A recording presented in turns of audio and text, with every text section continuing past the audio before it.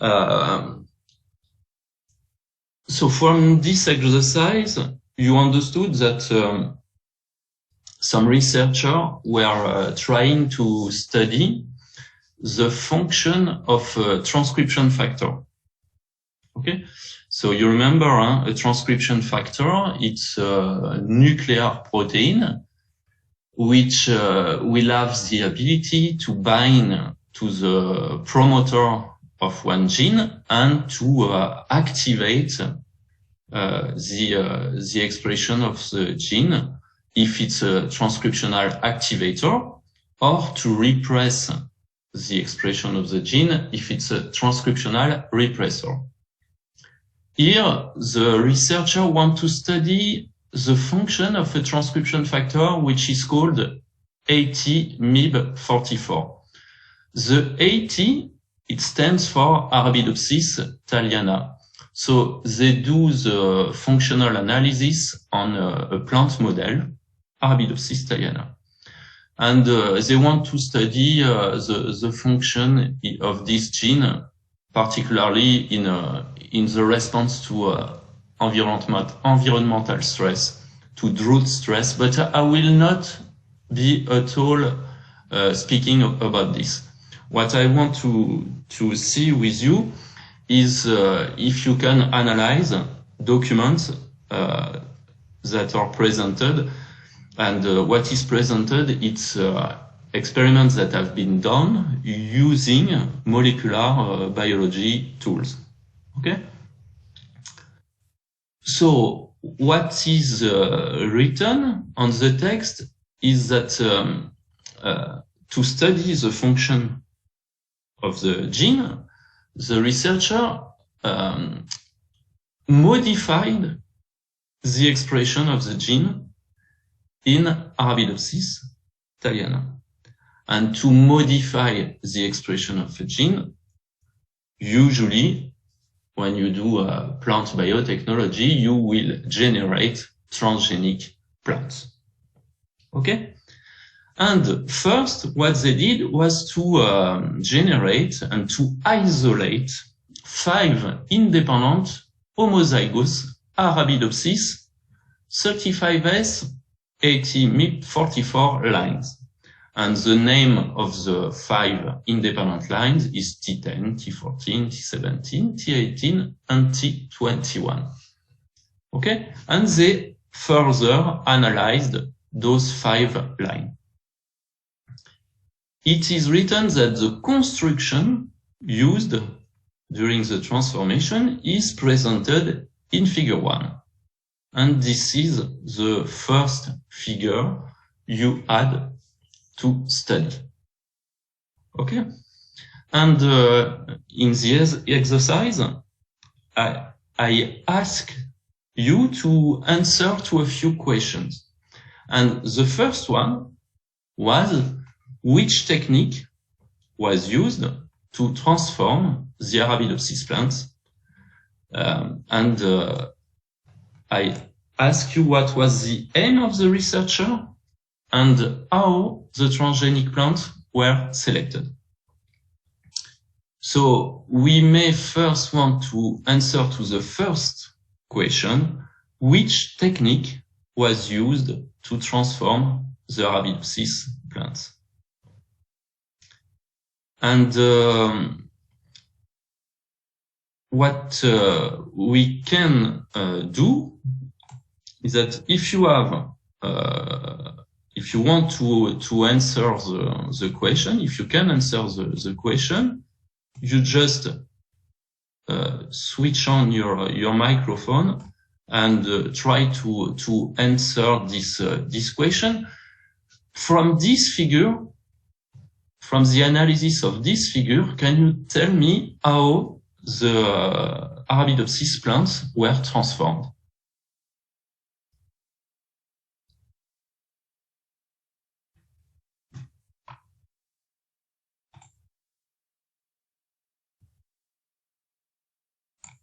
You may also write in the chat if you want to contribute to the answer.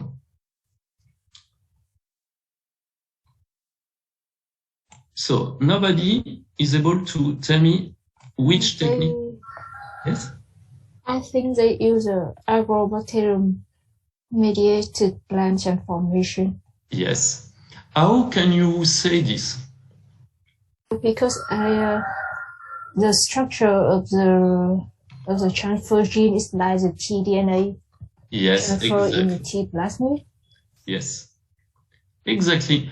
And it's written in the legend of the figure. They tell you that you can see what is really a characteristic of the tDNA. You can see the right border and the left border of the tDNA. Okay? So the technique which was used to transform Arabidopsis plant, it's agrobacterium mediated plant transformation. They use the pathogenic bacteria, Agrobacterium tumefaciens, and you remember this bacteria is carrying a tumor-inducing plasmid, and the bacteria is transferring this part of this plasmid, the tDNA, into the plant cell, and into the plant cell, this tDNA will be integrated into the plant genome, and the host, the plant cell machinery will allow the expression of the genes that are carried by this tDNA. So indeed, you are right. The technique that was used is the use of Agrobacterium tumefaciens. So that's here what you can see, the procedure which is used to transform Arabidopsis thaliana. It's kind of a peculiar technique because we use what we call the floral dipping method to transform Arabidopsis. So what you can see here, it's a pot with some medium, growth medium to grow bacteria. And inside this media, you will have the agrobacteria. And you remember the Agrobacterium tumefaciens has a TE plasmid that you can see here. And you see here the tDNA that will be transferred into the plant cell. When we transform Arabidopsis thaliana, we take flowering plants. And the transformation will occur in the flower buds. So we drench the flowers into the Agrobacterium solution, and we let the plant develop. And from the flowers, you will get some seeds. And actually, the tDNA was inserted in the germinal cell, so or in the pollen or in the ovules of the plant. So the plant continue to develop. You will have autofecundation because the Arabidopsis thaliana plant is autogam. It's making self-reproduction. And so you will have, from the germinal cells, after fecundation, formation of an embryo. And some embryo will be genetically transformed. And you will need to select the plant that are transformed on specific medium to obtain your transgenic plants. I will come back to this last part later. We had a second question. I will start with this one. You see that not every seed obtained from the transgenic plant here will be transformed. Arabidopsis plant, it's having hundreds of flowers, but the Agrobacterium will only integrate the tDNA in few germinal cells. So not every pollen grain will have a tDNA. Not every ovule will have a tDNA. Only few cells will be transformed with Agrobacterium tumefaciens. The efficiency of the transformation is rather low. But because Arabidopsis is giving a lot of flowers, still you will be able to transform a few transgenic plants. Okay? So among the hundreds of seeds that will be produced by this plant, you will need to select the one that are genetically transformed. According to this diagram, can you tell me how were the transgenic plants selected?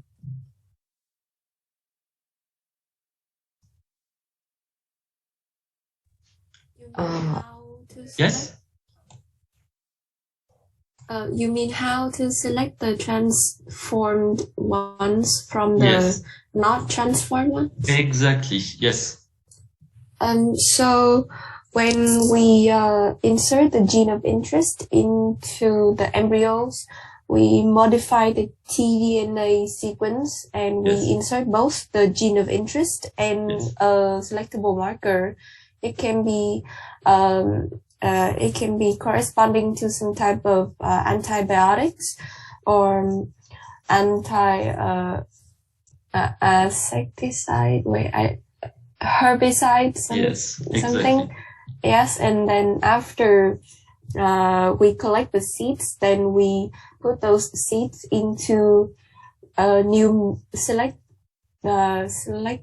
medium containing the antibiotics. So the seeds that has received the tDNA, then it will survive the antibiotics and therefore it will grow.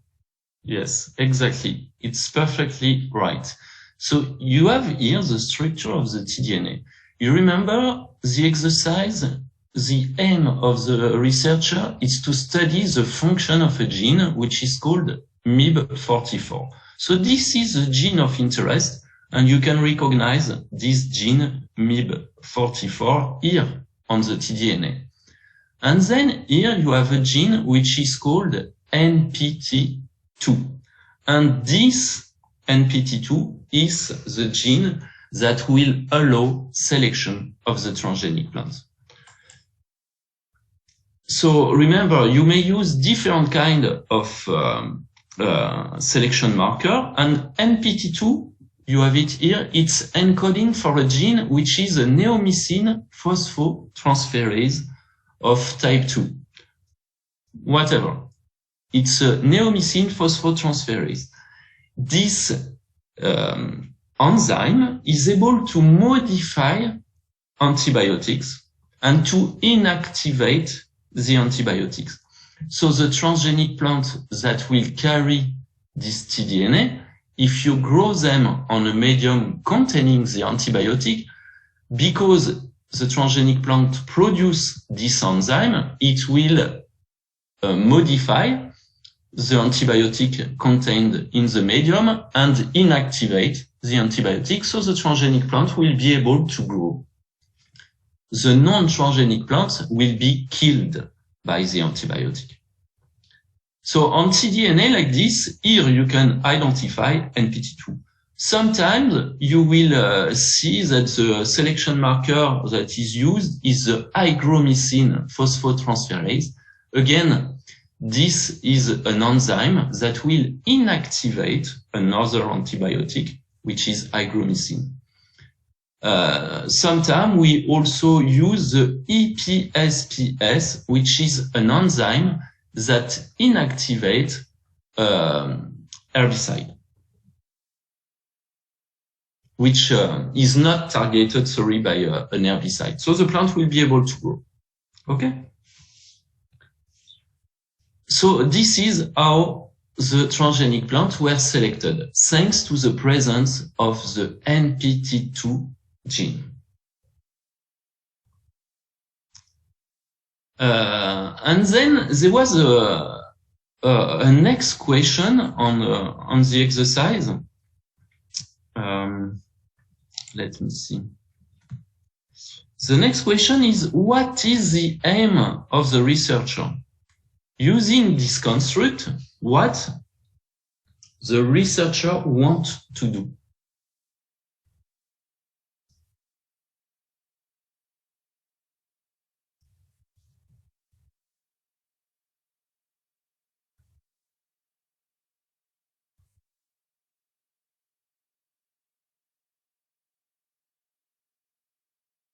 They want to highly express the yes. SNP44 gene. Yes. And how can you say this? Because the SNP44 is have the P35S promoter, which exactly. is highly expressed. Exactly. Yes, very good. It's this. They use a strong constitutive promoter to express the MIP44 gene. So you remember, we study the function of a gene which is called AT-MIP44. So it's a gene which is present in Arabidopsis thaliana. Here, the idea is to overexpress this gene in Arabidopsis thaliana. So they add again the gene in the plant, but they add it under the control of a strong constitutive promoter, the P35S promoter. So the aim of the researcher is to overexpress the transgene. Remember, when you do GMO plant using Agrobacterium tumefaciens, you will construct a tDNA. And your gene, you will need to add to it a regulating sequence. So upstream of the gene, you will need to put a promoter, and downstream of the gene, you will need to put a terminator. Okay? So, for example, for the NPT2 gene, they use a promoter, which is the PNOS promoter. It's a constitutive promoter, not specifically very strong, and you have the TNOS terminator. If you don't put the regulatory sequence, the gene will not be expressed in Arabidopsis thaliana. So the same for the gene of interest. You have to put a promoter upstream of the gene, and you have to put a terminator downstream of the gene for the expression to occur in the transgenic plant. Then you may choose different kind of promoter. Here we use the P35S promoter, which is a promoter of viral origin. It's the promoter of the cauliflower mosaic virus. And we call it P35S, a strong constitutive promoter which will allow expression of the transgene in every cell, in every plant cell, at every developmental stage. It will be expressed always in every plant tissue at a high level. Then you have the choice. There are many known constitutive promoters. The P35S is probably the strongest one, but you have also, for example, a weaker one, but still constitutive. It's the ubiquitin 10 promoter. This is another one. There is a limit to the use of strong constitutive promoter is if the overexpression of the gene is toxic, if the protein encoded by the gene is toxic for the plant, it's better not to use a strong promoter, okay? It may alter the plant growth, the development, the metabolism, okay? In this case, if it's toxic, you may choose to use a weaker promoter or an inducible promoter. In this case, the expression is not constitutive. You will trigger the expression of the transgene by adding an inducer. And the inducer can be ethanol, the temperature. You can have promoters which are active only at a certain temperature. So only if you grow your plant at this temperature, you will have expression of the transgene. There are many kinds of inducible promoters. This will allow to control the timing of the transgene expression. And then you can use some tissue-specific promoter to express, for example, the transgene only in the fruit, only in the root, only in the leaves. It allows to control the expression of the transgene. Okay? So indeed, here in the exercise, the researcher used a P35S promoter.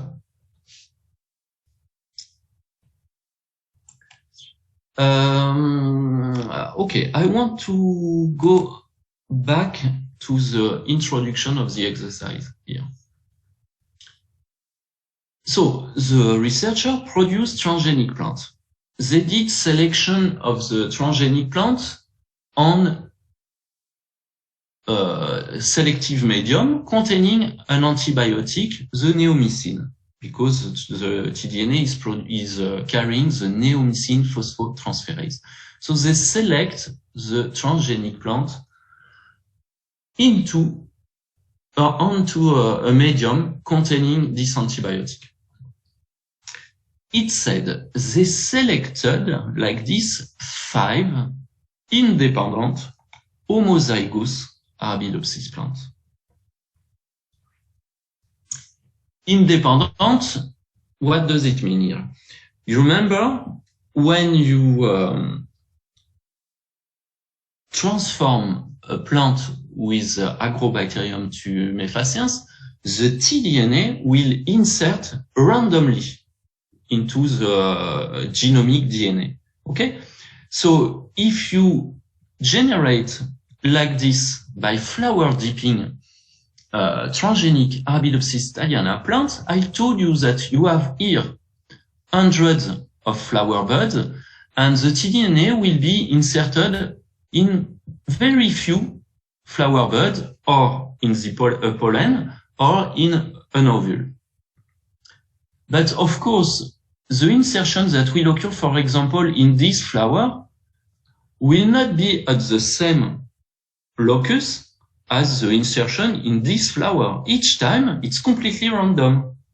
And so the different line you will select will be completely independent line, and each line will carry a tDNA at a different locus. Okay? And this is very important to remember. Then they select homozygous Arabidopsis thaliana. And this is very important to know. I come back here. I told you, that insertion of the tDNA, when you use this procedure of floral dipping of Arabidopsis thaliana, occurs in the germinal cells, or in pollen or in ovule. And those cells are haploid. Okay? It's germinal cells, they are haploid. When the plant grows, you will have self-fecundation, auto-fecundation. And thus, you will have fecundation of an ovule with a pollen. And you will get a zygote. You will get the first cell that will give rise to the embryo, and this cell will be heterozygous. It will be heterozygous because it will arise from the fecundation between a pollen and an ovule that will be each heterozygous, haploid, sorry. And maybe one will carry a tDNA, for sure not both, because it occurs completely randomly. And if you dip full Arabidopsis thaliana like this, the chance to have insertion at the same locus in the same flower bud in a pollen and in an ovule, it's very, very, very, very, very low. It will never occur. So you will select plants that will be heterozygous. Okay?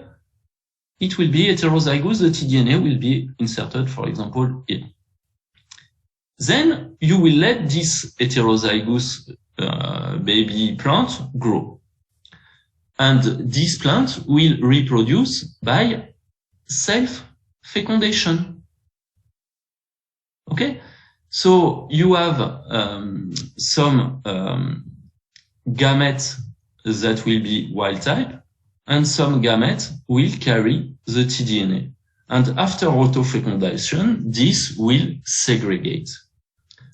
1/4 of the plants that will be the progeny of this one will be wild type. 1/4 will be, you see, homozygous, and half of the plant will be heterozygous. And it's this plant that will be selected for further analysis. Okay? So the researcher select this line, and they select like this 5 independent transgenic lines. Okay? So this is, it follows the basic rule of genetic. It's the Mendel rule of chromosome segregation. If you have an heterozygous plant that self-pollinate, if you have self-reproduction, the gametes will be or wild type or transformed. And after autofecundation, in the progeny, you will have 1/4 of wild type plant not carrying the tDNA, 1/4 of homozygous plant carrying 2 alleles of the tDNA, and half of the plant will be heterozygous, carrying 1 allele of the tDNA. Okay?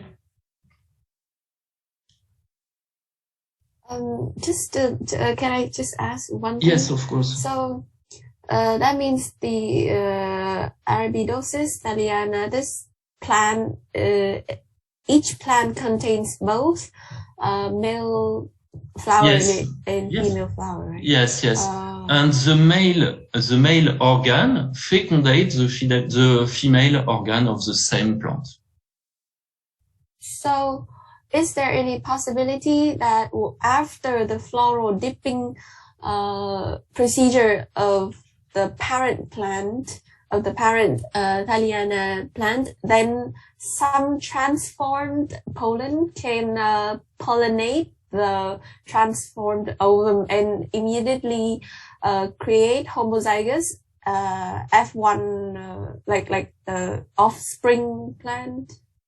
So when you do the transformation, insertion of the tDNA occurs or in the pollen or in the ovule. So after the first autofecundation, you will for sure here have an heterozygous plant. You cannot here have directly an homozygous plant. It's impossible. Okay? But when this one will reproduce by auto-fecundation, self-fecundation, then you will have segregation. 25% of the plant will be wild type, like this one. 25% will be homozygous, and 50% will be heterozygous. You cannot here select directly homozygous plant. It's impossible. Because the tDNA will be inserted into the haploid cells, the germinal cells. Okay, thank you. Yes. In fact, Arabidopsis thaliana, it's autogame. It will do self-fecundation because usually fecundation occurs before the flower is completely open. And it's very often the case for flowering plants. So finally, when the flower opens, it's too late for having fecundation with another plant. But if you want, of course, you can cross different Arabidopsis plants. Okay, you will open the flower and do a manual fecundation with pollen from another plant. It's possible. But I would say that in nature, in most of the case, you will have self-fecundation. Okay, thank you. Now, the researcher selected 5 transgenic lines, okay? And it said that they will analyze by southern blot the result obtained. They will analyze by southern blot the transgenic line. And the results obtained are presented in this figure.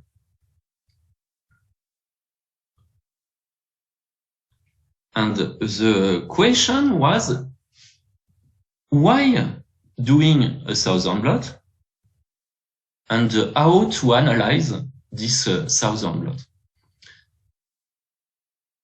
So, what is the aim of a southern blot? Why doing here a southern blot? Do you have an idea?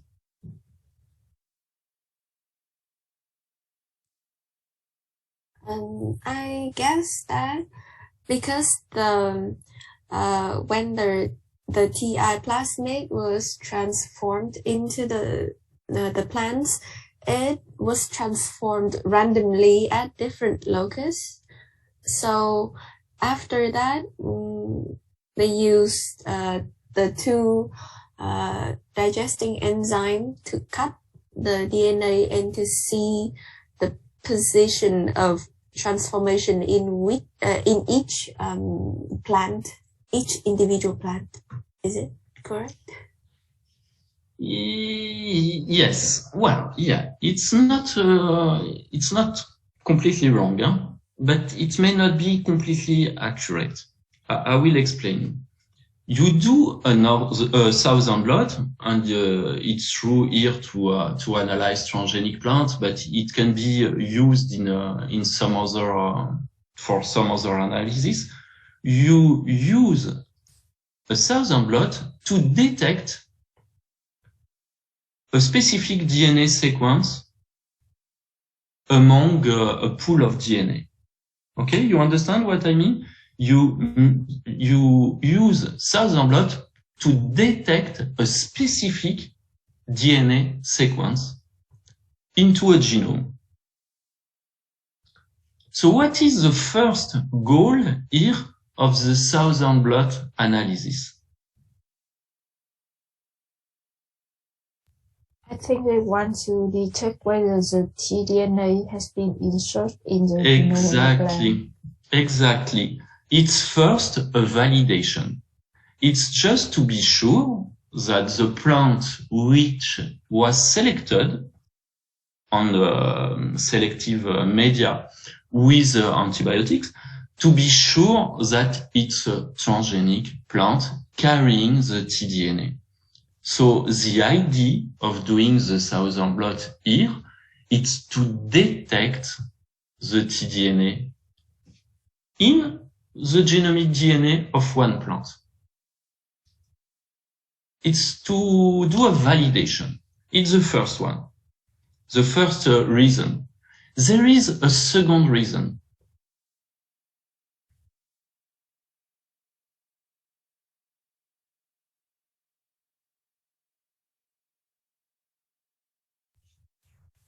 I think that southern blot can give us how many copies of the transgenic genes in the tag. Exactly. Perfect answer.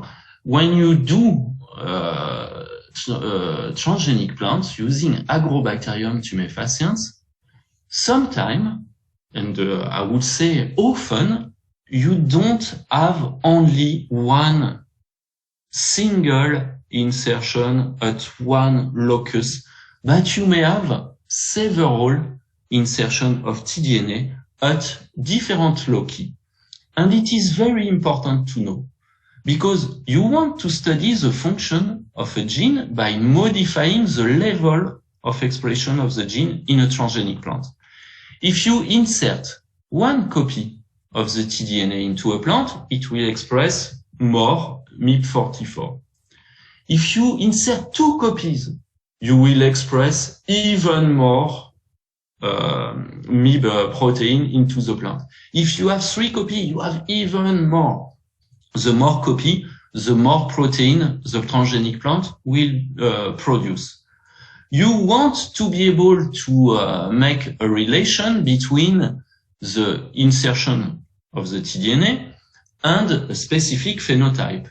I told you here the idea is to study the function of MIP44 in the plant response to stress, and particularly to drought stress.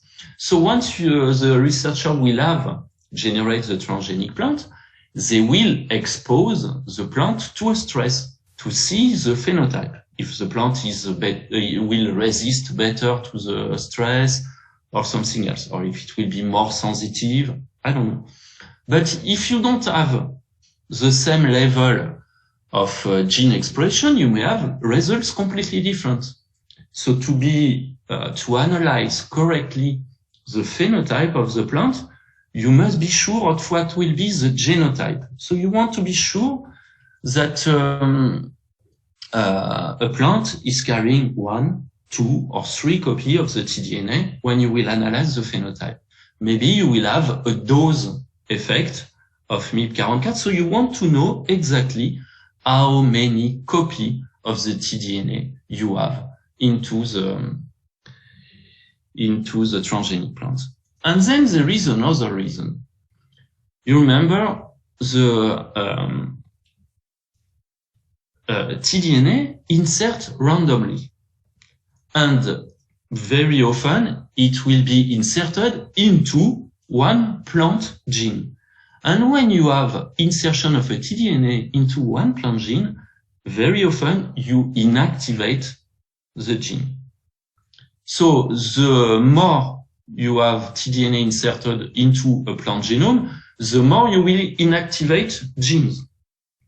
And this can, of course, have an effect on the transgenic plant if you inactivate genes. You want to be sure that the phenotype you will analyze on your transgenic plants later on is due to the insertion of a tDNA and not to the inactivation of a gene by the insertion of the tDNA.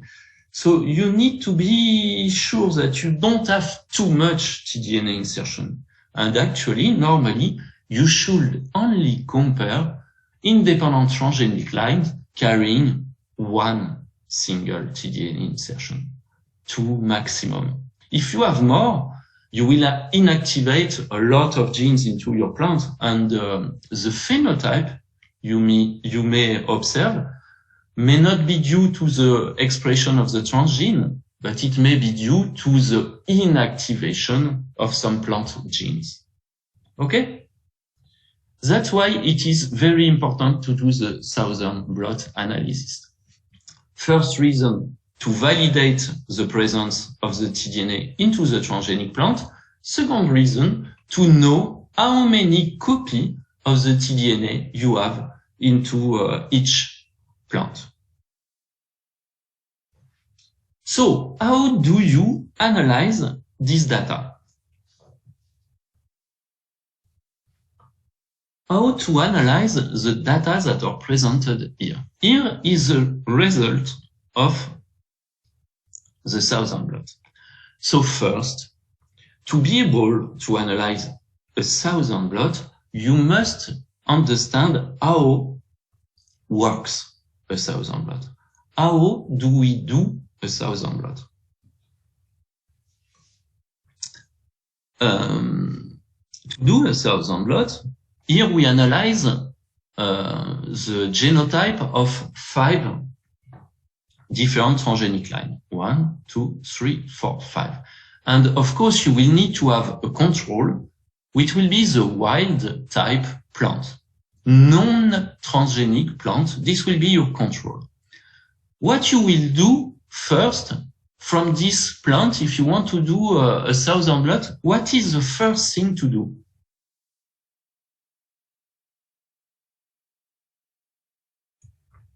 You need to isolate the genome DNA.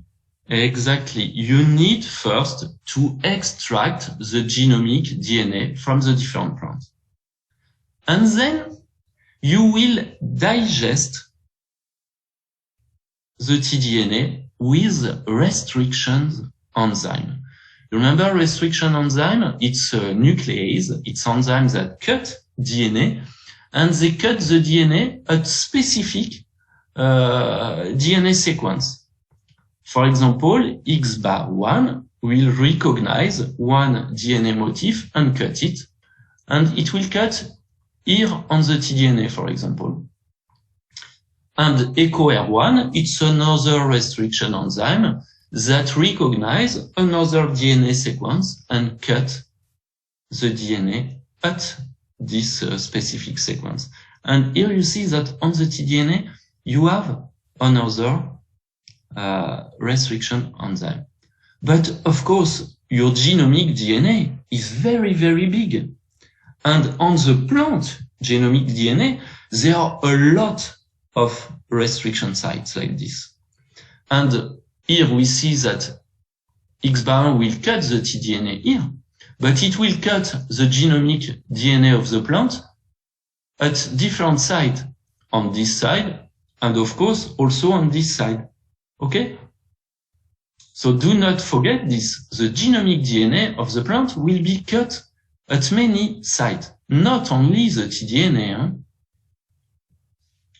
And then what do? You digest, you will separate the fragments. So this is the genomic DNA. You cut into small pieces using restriction enzyme. You will separate the DNA doing an electrophoresis. And when you do electrophoresis to separate DNA, so you use an agarose gel, and you will separate the DNA fragments according to, tell me, according to what? Size. To their size, exactly. You will separate the DNA fragments according to their size. The small fragment will go faster. The big fragment will go slower. So like this, you separate all the fragments generated by the restriction enzyme. And if, imagine, if you have insertion of this tDNA into one locus of the genomic DNA, then this DNA is somewhere in one of the fragments. If there is no tDNA insertion, you will detect it in no fragment. Okay? So the idea now is to know in which fragment there is a tDNA. And to do this, you will do the blot. So the DNA which is here in the agarose gel, you will transfer it into a membrane. So this is the blotting part. You use a buffer that will cross the gel, which is in blue here, and a membrane, which is yellow here. And when you will have like this transfer of the buffer, it will transfer the DNA from the agarose gel to the membrane.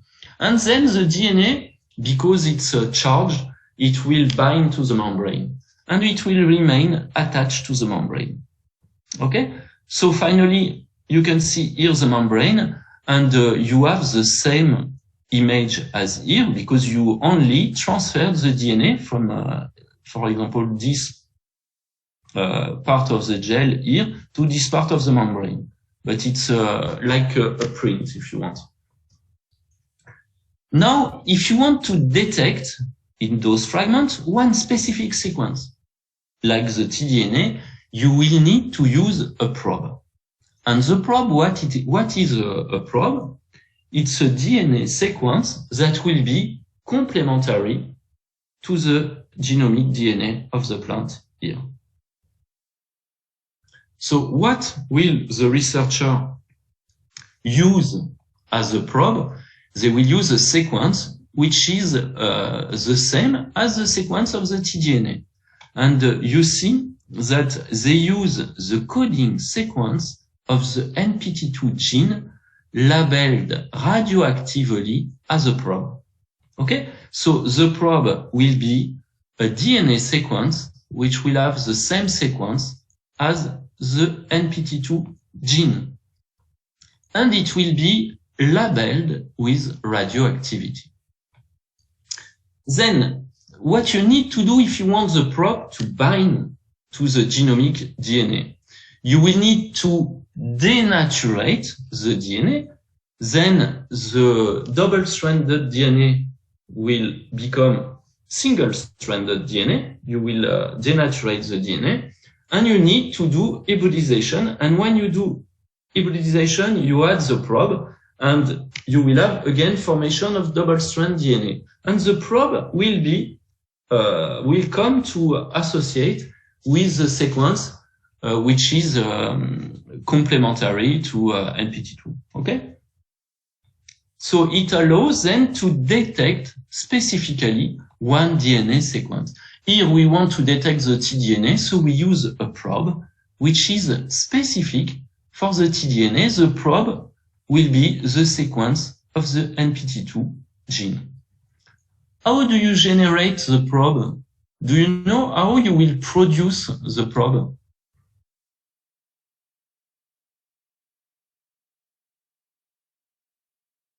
Which molecular biology tool you will need to produce the probe?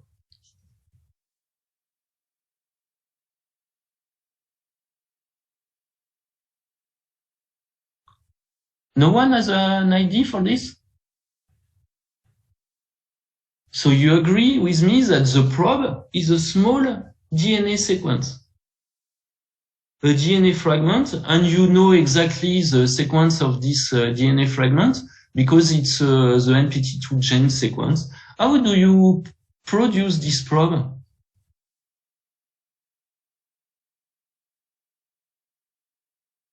We use the sequence, the coding sequence of the NPT2. Yes, but no. My question is not this one. I understand. Indeed, the probe will be the same sequence as this. But how do you produce the DNA probe? The probe. How do you make it? You will, you remember, you do the experiment. Huh? So here you have your membrane. You need to add the probe onto the membrane to detect the presence of the NPT2 gene in one of those fragments. What will be the probe you will put? It's a DNA fragment. How you make it? We synthesize it How? artificially. Sorry? Artificially, like we use a software to No. use it. Then we synthesize it in the lab. Okay, imagine you are in a laboratory, you do your practicals, and I ask you to make a probe. I ask you to make a DNA fragment of known sequence. Which equipment you will use, which machine you will use, how you will do to make the probe? I think you can use PCR. Exactly. The probe is made by PCR. You know the sequence of the NPT2 gene, so you will use a primer specific of the NPT2 gene, and you will do a PCR. To label the probe, you will use nucleotides that are radioactively associated to radioactivity, and they will be incorporated into the DNA that you produce during the PCR. So to make a probe, it's very easy. You amplify DNA by doing a PCR. Okay, so do not forget this. Huh? To make a probe, you use PCR.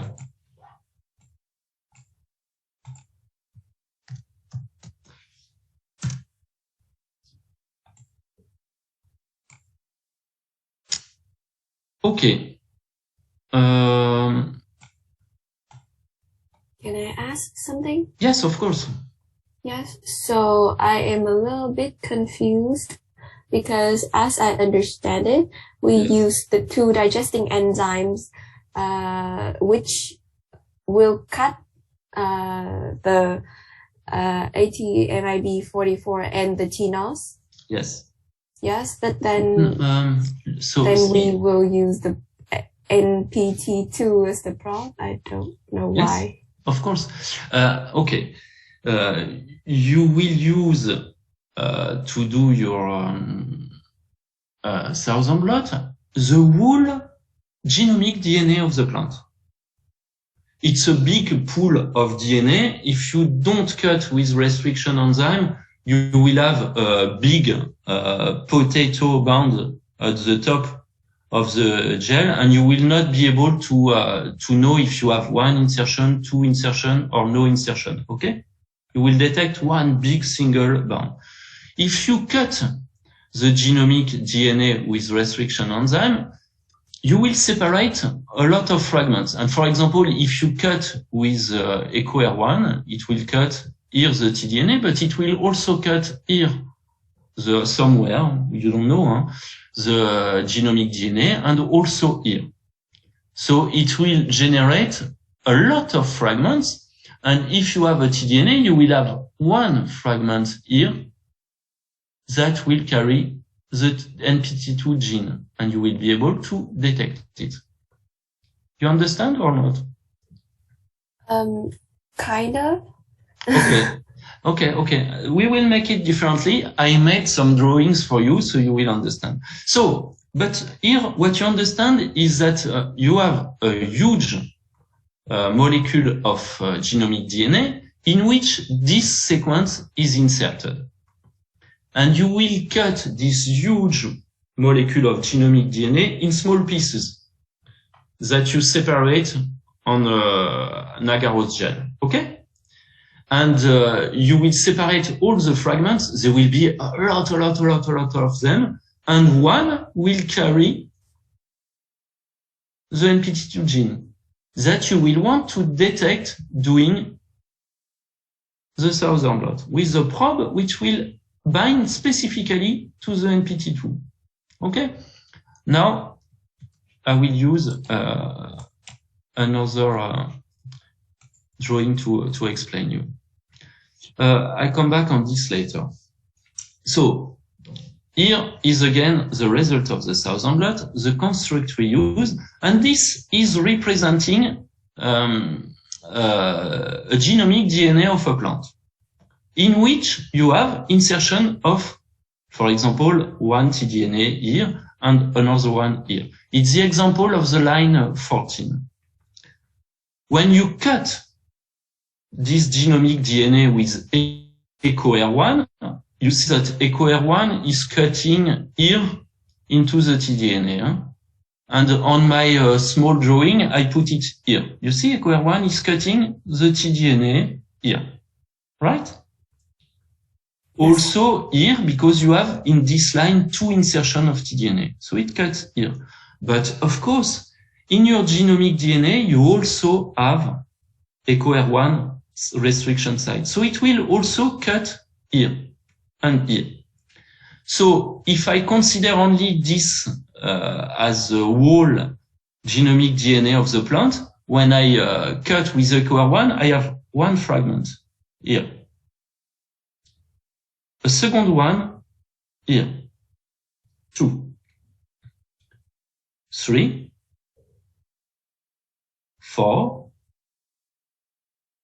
5, and 6 fragments of different size. When I do the agarose gel, I separate the 6 fragments according to their size. This one is very small, it will be somewhere here. This one is very small, it will be somewhere here. And the bigger are at the top. Okay? Now, to know in which fragment of the genomic DNA I have the NPT2 gene, I use a probe. It's in French sonde, a probe here in green, which will recognize the gene here. Okay? And also this one. So this will allow to label one fragment, two fragments, because there is two tDNA insertion here. And so on my southern blot, I have 1, 2 bands when I cut, 1, 2 when I cut with EcoR1. Do you understand better? Yes. Okay. What about the X bar 1? Because it cuts between the selectable marker and the gene of interest. Yes, it's here. So finally, on my drawing, it will be the same. Huh? You can imagine that X bar 1 will be, for example, here. So it will cut, I don't know, here and here. But of course, it will also cut somewhere, I don't know where, in the genomic DNA here. It will cut somewhere in between the two tDNA, almost for sure, and somewhere here. So finally, I will have the same results. I will have 2 bands because I have 2 tDNA insertions. Yes? Okay, I got it. I got it. Is it clear for everybody, this analysis? It's a very important point to you must know how to analyze this kind of data. Is it clear for everybody? What you need to remember, yes? No, I just going to say yes, so. Okay. What I want you to remember, when you do techniques that are related to that are blotting techniques like southern blot, northern blot, you will use a DNA or RNA probe which will allow to specifically recognize a DNA fragment. Because the probe sequence will be complementary to one DNA sequence, and so it will hybridize. And because the probe is labeled here with radioactivity, using X-ray film, you will be able to detect the radioactivity. Okay?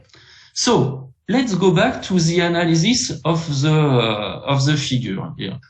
How many insertions in the 5 independent lines?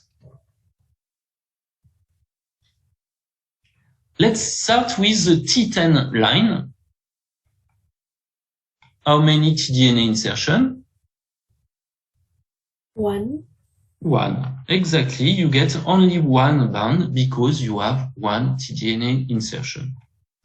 You have the wild type plant, you don't detect anything. Why? Because the probe is directed against NPT2. Okay? And NPT2 is not present in Arabidopsis thaliana, so you don't detect anything. The line 14, we saw previously that there is 2 insertions. The line 17, it's kind of tricky. How many insertions in the line 17? 2. There are 2. And you know it because of the EcoR1 restriction. You see that the band here is a bit darker than the other one, because most probably you have generated with X bar 1 2 fragments which are about the same size. Okay? What says this result is that when you do a southern blot, you should always use at the minimum 2 different restriction enzymes. Okay? If you use only 1 restriction enzyme, for example here, X bar 1, you may conclude that you have only 1 single insertion, but it's a mistake. You see that if you use a second enzyme, the result is different because indeed you have 2. Here you generated 2 fragments that are about the same size, and you were not able to separate them correctly on your agarose gel. So it's very, very important when you do a Southern blot to use at least, and it's really at least, 2 different restriction enzymes. How many insertions for the T18 line? It's very easy. 1 bound, 2 bound, 2 insertion. 1 bound, 2 bound, 2 insertion. And finally, for the T21 line, 1 bound, meaning 1 insertion in the tDNA. Okay? Now, I will make the exercise a little bit more complicated. What you must know is that very often, when you use Agrobacterium tumefaciens to do transgenic plants, you have not only one tDNA insertion which is inserted into the genomic DNA, but you saw previously that very often, here, very often you have different insertions. And the 2 insertion here can be at 2 different loci. You have 1 insertion here at this locus and a second insertion here at this other locus. But sometimes you can also have 2 tDNA inserted which are attached together in one single locus. So here you have insertion of 2 tDNA in one single locus. The difference is very important because here you have 1 insertion at 1 locus and possibly this tDNA is inserted in 1 gene of Arabidopsis thaliana and it may inactivate 1 gene of Arabidopsis thaliana. Here you have a second insertion at a different locus that will probably inactivate a second gene. Here you have 2 insertions, 2 DNA inserted, but it's in 1 locus. So 2 DNA are inserted, but it will inactivate only 1 Arabidopsis gene, possibly. You see that if we use the protocol that was used by the researcher to do the Southern blot analysis, we are not able to make the difference between this kind of insertion, 2 separate insertion at 2 loci, from this one, 2 tDNA inserted, but in tandem at 1 locus. If you do the Southern blot with the protocol we used, you will find here 1 bound and a second bound. That's what we saw previously. But here, look, when you have an insertion like this, you cut the genomic DNA with EcoR1. It will cut here in the first tDNA. It will cut here in the second tDNA. And of course, it will cut somewhere here the genomic DNA. It will cut somewhere here the genomic DNA. And when you will use the probe which recognize NPT2, you will detect 1 bound and 2 bounds. So finally, the Southern blot will give you the same result here and here. So the analysis you make will not be completely accurate. What could you do? How could you do to differentiate 2 insertions at 2 different loci from a tandem insertion in 1 locus? What do you think we should, how shall we modify the protocol that was used to make the distinction?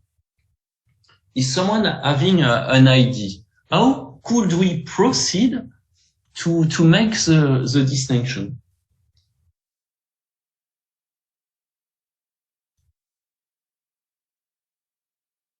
Is someone having an idea like this? How could we modify the protocol to analyze this kind of figure?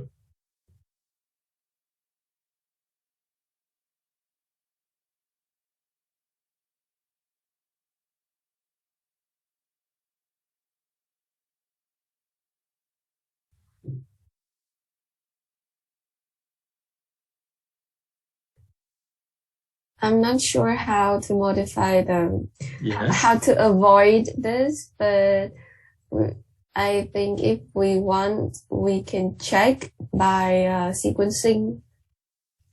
Yes, but that would be too complicated and too expensive. If you need to sequence each time the genomic DNA of the plant, it's too much.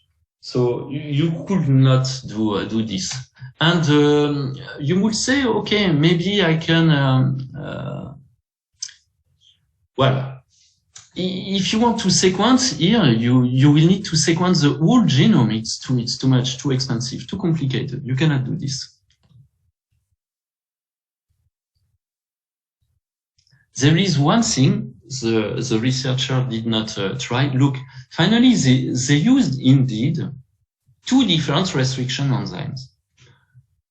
One here and one here. But you see, finally, if you use EcoR1, which cuts here, or XBAR1, which cuts here, you will get the same kind of result. You will get the same result, and that's what you get finally. At the exception of this line, the use of XBAR1, well, it's make a different result, but it's not very informative. But what they didn't try is to use a restriction enzyme which is not cutting the tDNA. Here they use 2 different restriction enzymes, but you see that they use restriction enzyme that cut the tDNA. They could have tried to use another one, so a third one that would have been perfect. It's to use this 2-1, XBAR1, EcoR1, and to use another one which does not cut the tDNA. And I will explain you with a small drawing.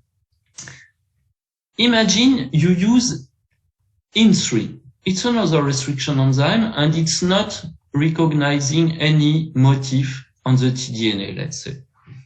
So when you cut with AND1, you don't cut the tDNA, but you will cut the genomic DNA somewhere here, probably somewhere here, and somewhere here.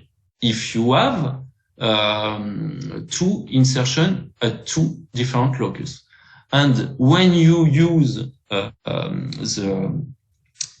NPT2 as a probe, you will get 1 band and 2 bands for 2 insertion at 2 different loci. So it's a very interesting information, but it doesn't bring much more than here. Okay? But now imagine if you have insertion as a tandem like this, and you cut with IN3.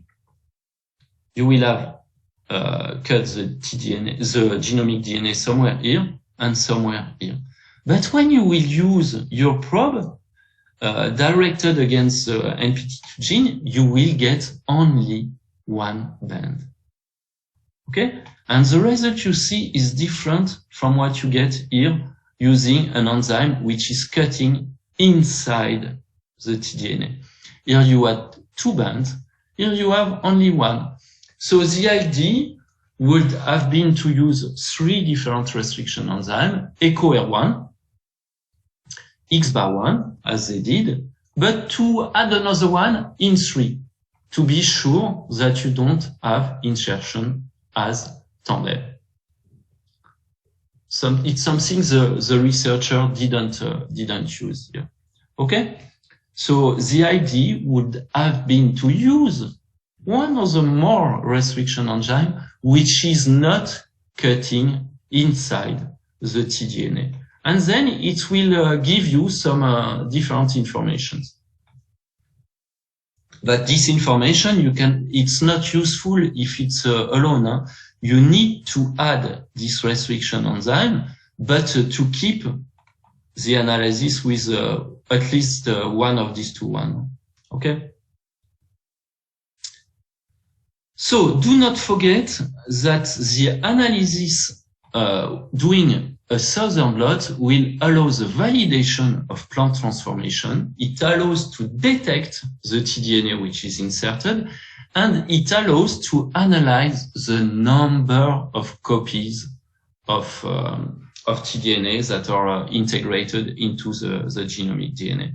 So it's very important.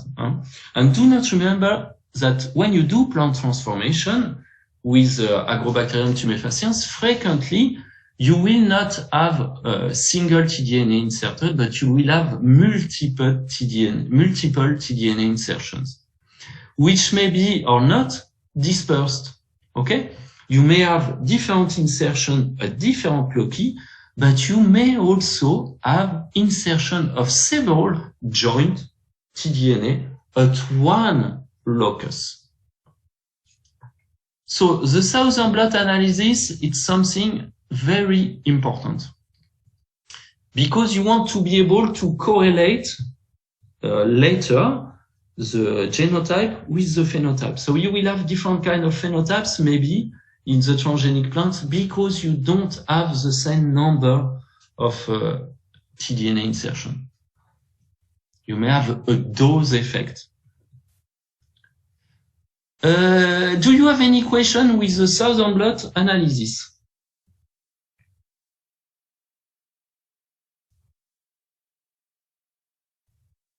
No, I don't have any more questions. Okay. Others, do you have questions? Do not hesitate. Yes, I have one question. Yes. Because when I do the exercise and I think that, and I look at the size, the molecular weight, and I to know what, the molecular weight is according to which band, like which. Yes, I understand your question. You want to know if there is any information that could be obtained from the size of the fragment. Yes. Yes. Because. But no, because you don't know where. For example, take this example of the line 14. You will generate. I told you with my example several fragments, but only 2 will carry a tDNA that will be detectable, this one and this one. But you see that you don't know where here the EcoR1 site is. So you have no idea about what will be the size of this band. Here it's the same. You don't know where is this restriction site because it's inserted completely randomly. So you cannot guess what will be the size of the fragment here. What you can only conclude from the analysis here for the line 14 is that you have 2 independent tDNA insertion. That's the only thing you can conclude. Now, I go back to the example of the tandem insertion. Here, you will get 2 bands, even if you have insertion of a tandem at a single locus. Here, you cannot guess what will be the size of the tDNA. Here, you may guess, because you know what is the sequence of your tDNA. But it's not something you will know very precisely. Okay? You see that you have an approximate size of the fragment, but it's not very, very precise. But eventually here, you could guess, because you have the band here that has this size, that you have detected a tandem. But it's not very, very accurate. Okay? So you cannot conclude much about the size of the fragment you detected. You understand? Because into the tDNA, into the genomic DNA, the tDNA is inserted randomly. So you don't know where are the restriction sites here. Okay? Yes, I understand.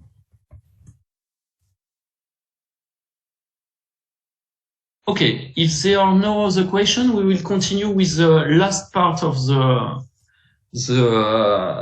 document. Okay, what we will do is that before to continue with this document, we will take a 10-minute break. Okay? Here, it's 9:20.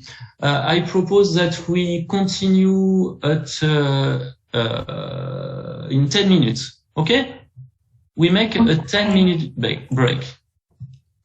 Okay. Okay. So back in 10 minutes. Okay? Yes. Perfect.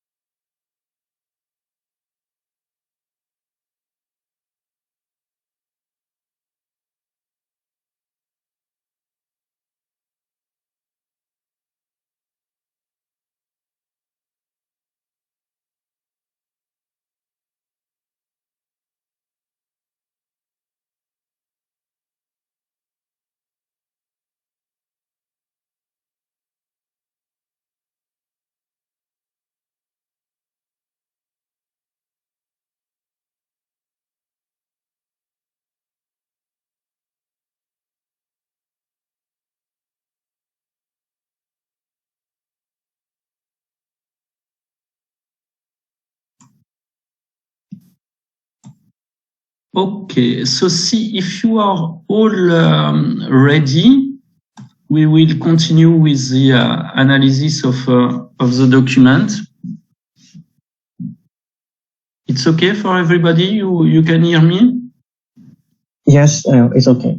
Perfect, thank you. So we will continue. And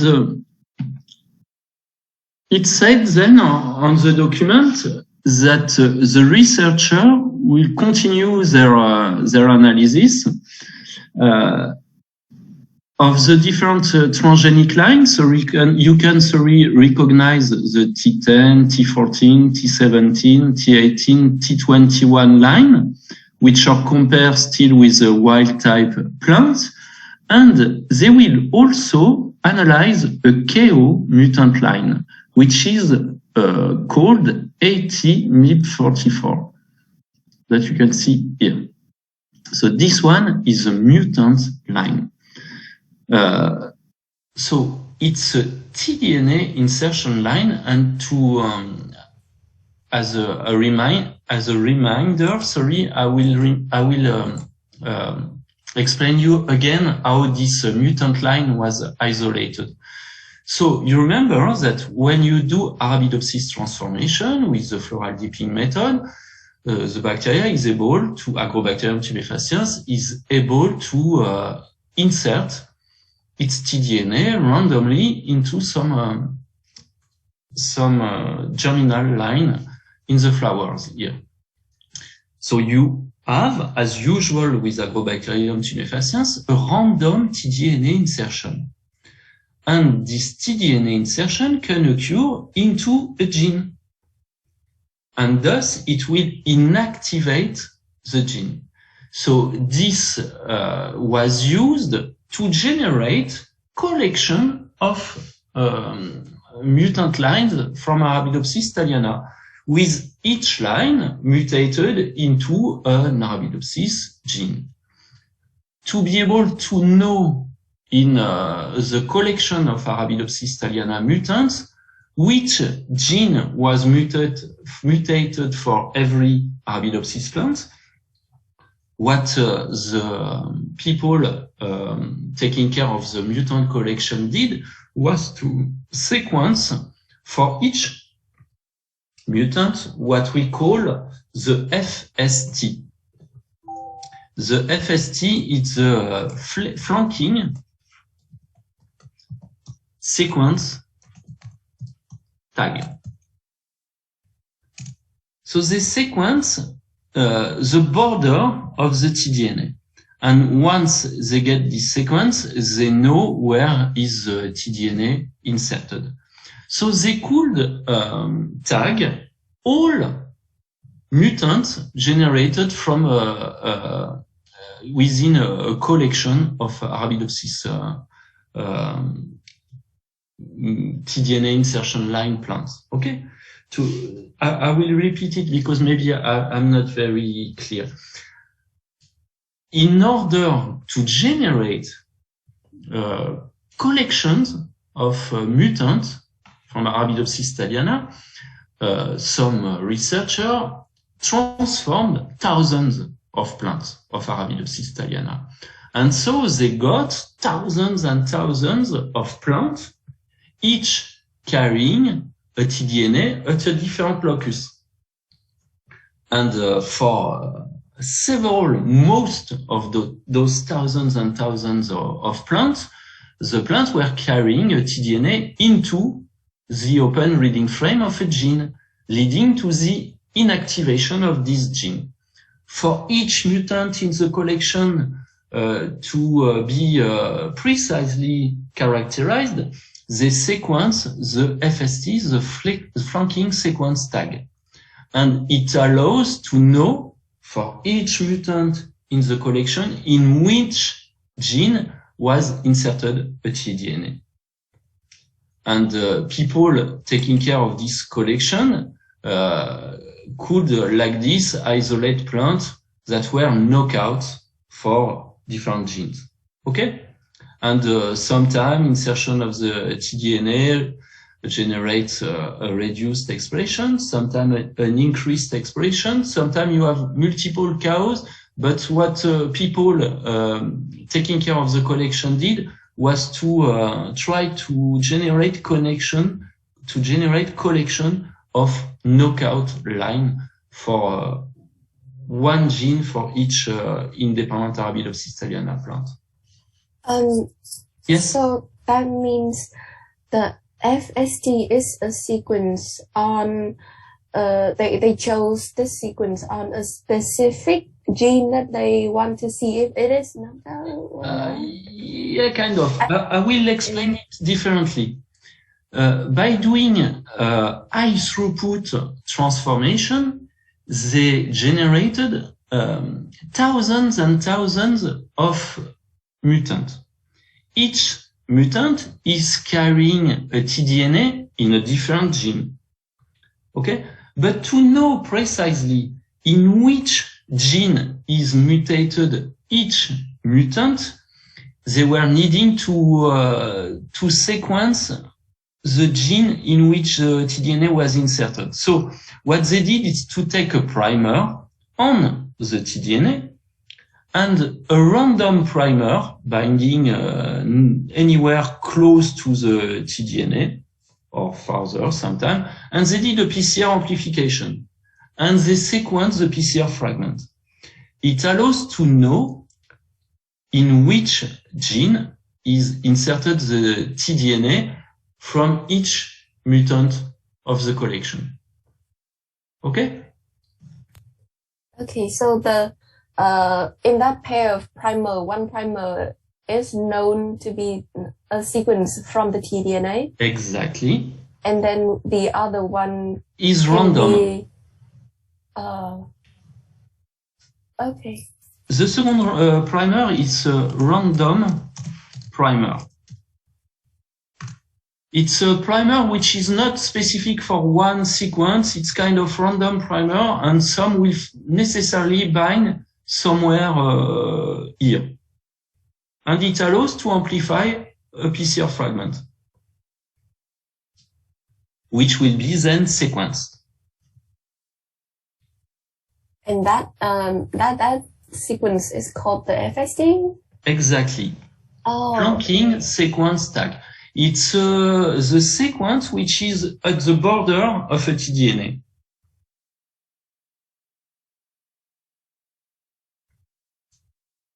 And so, like this, the mutant collection of Arabidopsis thaliana could be fully characterized. And it's possible nowadays, for example, you have one gene here, which is called AT3G59610. This is the name of the gene. It's an Arabidopsis thaliana gene. It's a gene which is present on the chromosome 3, and this is the position of the gene. For this gene, different tDNA mutants have been characterized from different Arabidopsis collection. For Arabidopsis, the main collection from the Salk, Gabi, and Wisconsin. It's American, European, or Japanese collection. But you see that for one gene, different mutants have been identified, each carrying a tDNA at a different position, but in this gene.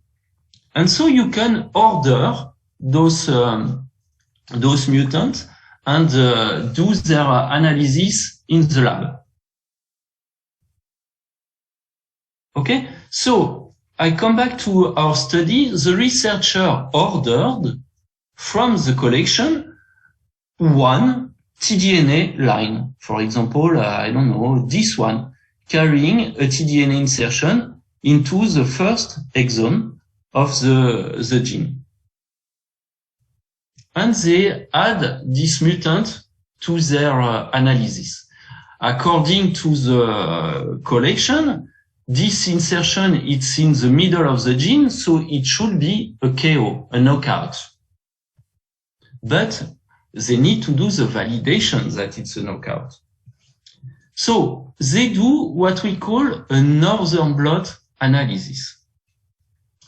What will allow a northern blot analysis?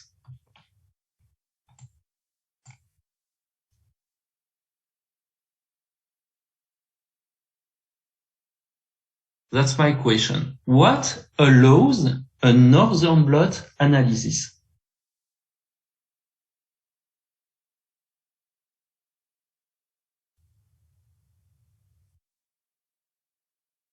Why to do a northern blot? What do you study when you do a northern blot? I think that we need the northern blot to demonstrate the expression of the gene, the chance gene in case in the ATMIF44, and we can see because the northern blot work with the RNA, so you can I think that you can check the RNA the expression of this gene. Exactly. It's a kind of quantitative method. It allows to quantify the transcript of one gene. So it allows to quantify the messenger RNA for one gene. Okay, it's to quantify messenger RNA, the transcript of one gene. And here they want to quantify specifically the expression of the MYB44 gene in Arabidopsis thaliana. How does it work? The method to do a northern blot, it's kind of identical to what we did for the southern blot, but this time you quantify RNA. So the idea is to extract the total RNA from the different plants you want to analyze. This RNA you will again separate on an agarose gel, but this time you don't need to use restriction enzyme because it's the size of one gene. So it's you don't need to make it to separate it, and you want to quantify only the transcript for the gene MYB44. So you don't need to use any restriction enzyme. You separate the RNA doing an agarose gel, and you will use a probe which will be complementary with the messenger RNA. So how you will do your probe? Like previously, you will do a PCR. You will produce a DNA sequence that will be complementary to the messenger RNA of the gene MYB44. The probe will be labeled with radioactivity, and you will be able to quantify the transcript of the gene MYB44. Okay? So how do you analyze the results here?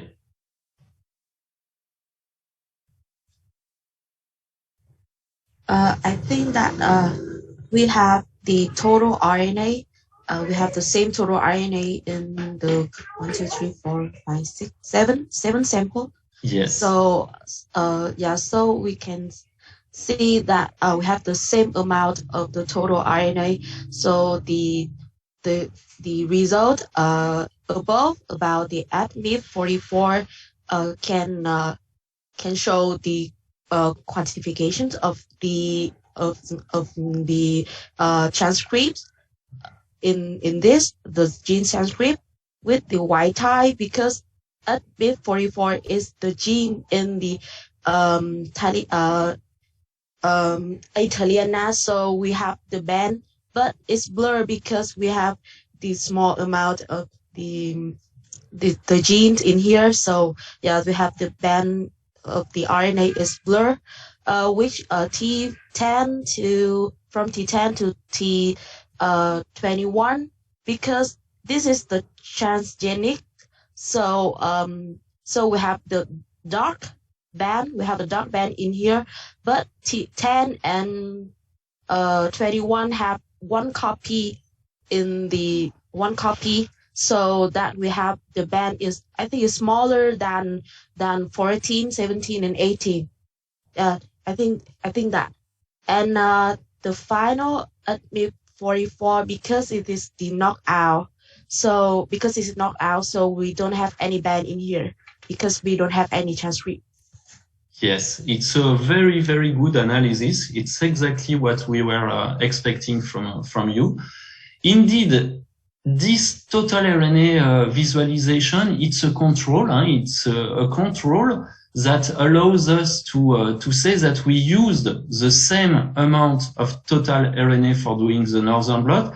And it's very important because if here you have the same amount of total RNA, then you can do a quantitative comparison between the different lines here.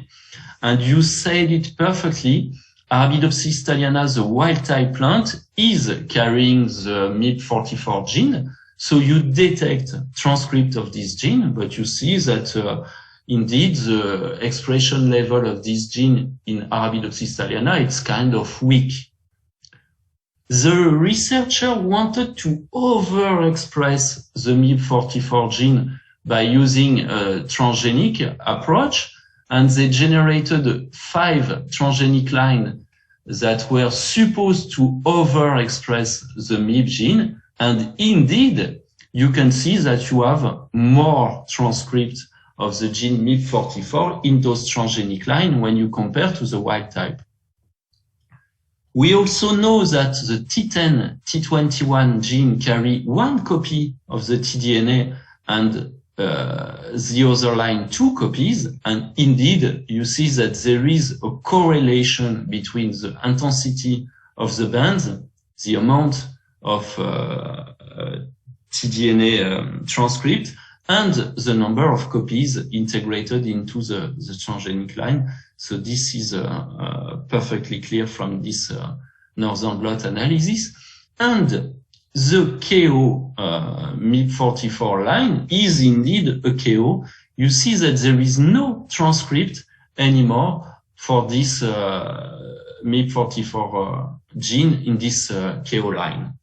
So the objective that were pursued by the researcher are really, they managed to obtain the results they wanted by their different approach. Okay, when they wanted to overexpress the gene, they managed to do the overexpression. When they wanted to have no transcript of the transgene in the KO line, they indeed have the correct result. Okay. Oui, someone has a question? Yes. I see someone raise the hand. I don't know who it is, but sorry, because my software is have some mistakes, so I try to. No problem. Any questions or not? I have one more question. Okay, so remember, the Northern blot, the principle is kind of the same as for the Southern blot. It's a hybridization approach. Here, the idea is to quantify messenger RNA. So there is no need to digest by restriction enzyme. And the visualization with the RNA probe make it possible to here study the relative abundance of the transcript of the gene MYB44. Okay, but then the Northern blot can give some other information. It can be used to do some other analysis, like check if there is different expression in different tissue. It may allow to determine, particularly this may be interesting, if you have different maturation of the transcript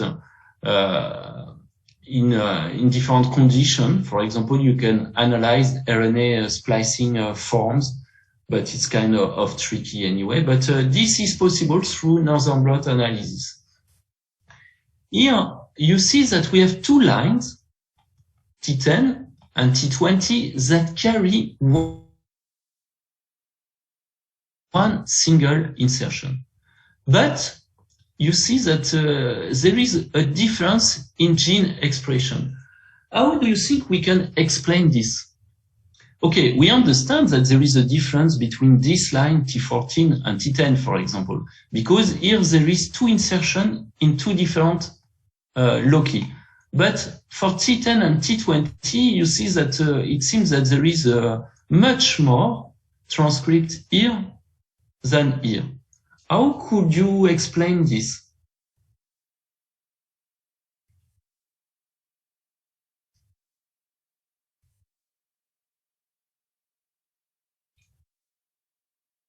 Does someone has an idea, a possible explanation for this? Why much more transcript of the MYB44 gene here than here?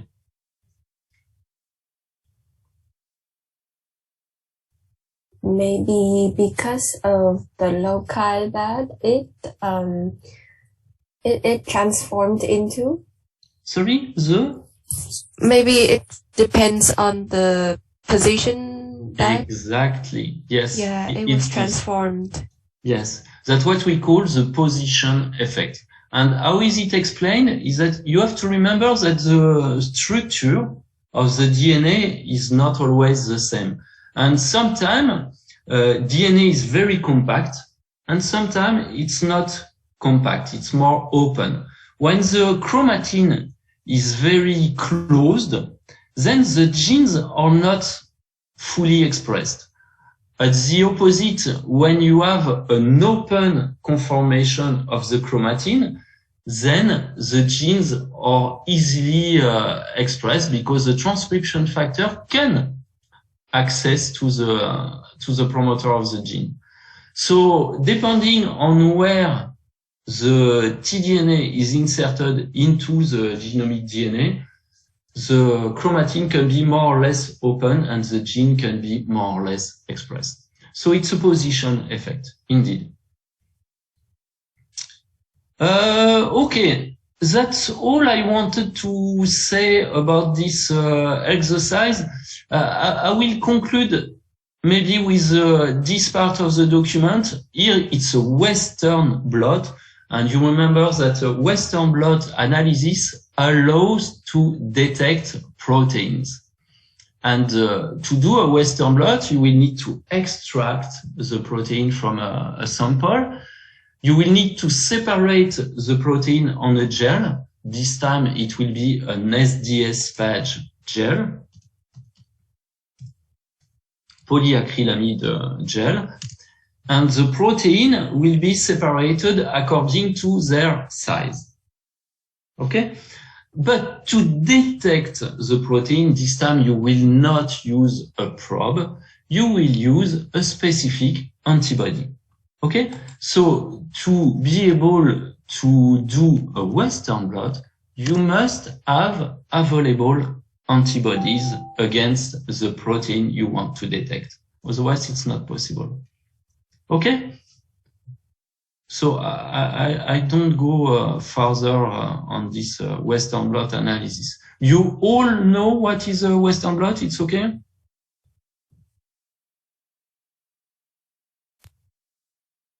Yes. Okay, perfect. That's all for this small exercise. Do you have any question on this exercise?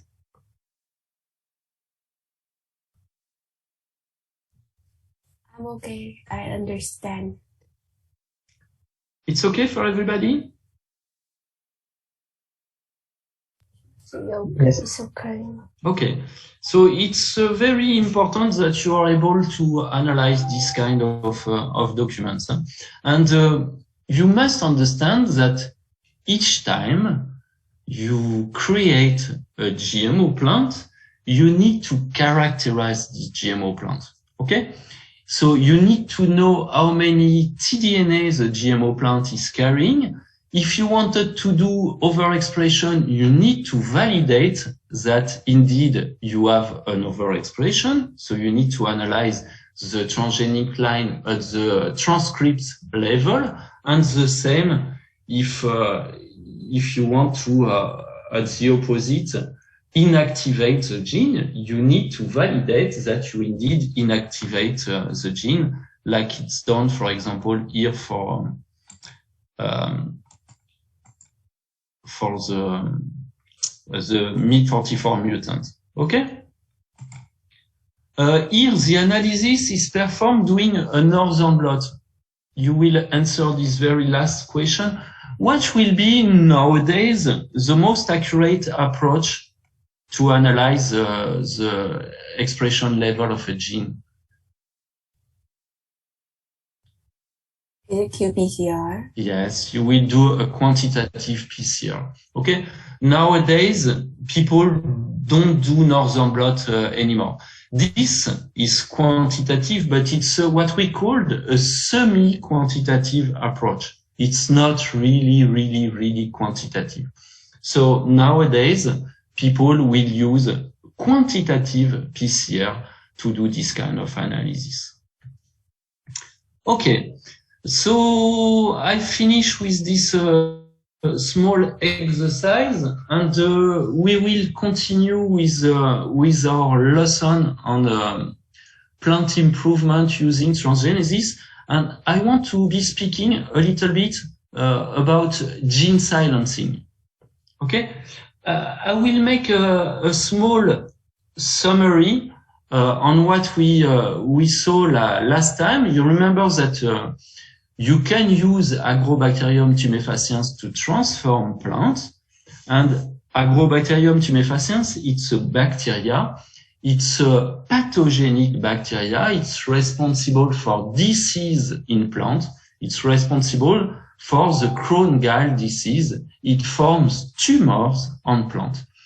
And it forms tumor because it's having the ability to introduce genes into the plant genome. And it's a useful tool, Agrobacterium tumefaciens, when you want to do biotechnology, plant biotechnology. So remember, the part of the bacterial genomic DNA that will be transferred into the plant cell, it's called the tDNA, and it's carried by a tumor-inducing plasmid. And this tumor-inducing plasmid is also carrying Vir genes that are responsible for the transfer of the tDNA into the plant cell. Okay? Remember that into the plant cell, the tDNA will be integrated completely randomly.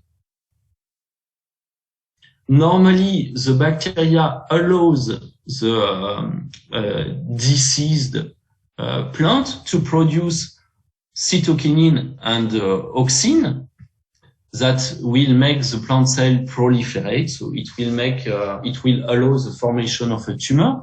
And the bacteria also allows the plant cells to produce opins. And the pathogenic bacteria will feed from those opins. When we do plant biotechnology, we modify the tDNA. Okay, so we remove the gene that are responsible for the disease, and instead we introduce into the DNA a gene of interest and a selectable marker. Okay? So we use what we call disarmed agrobacteria. They are not anymore responsible for making disease, but they will allow anyway those bacteria the insertion of this tDNA into the plant genome.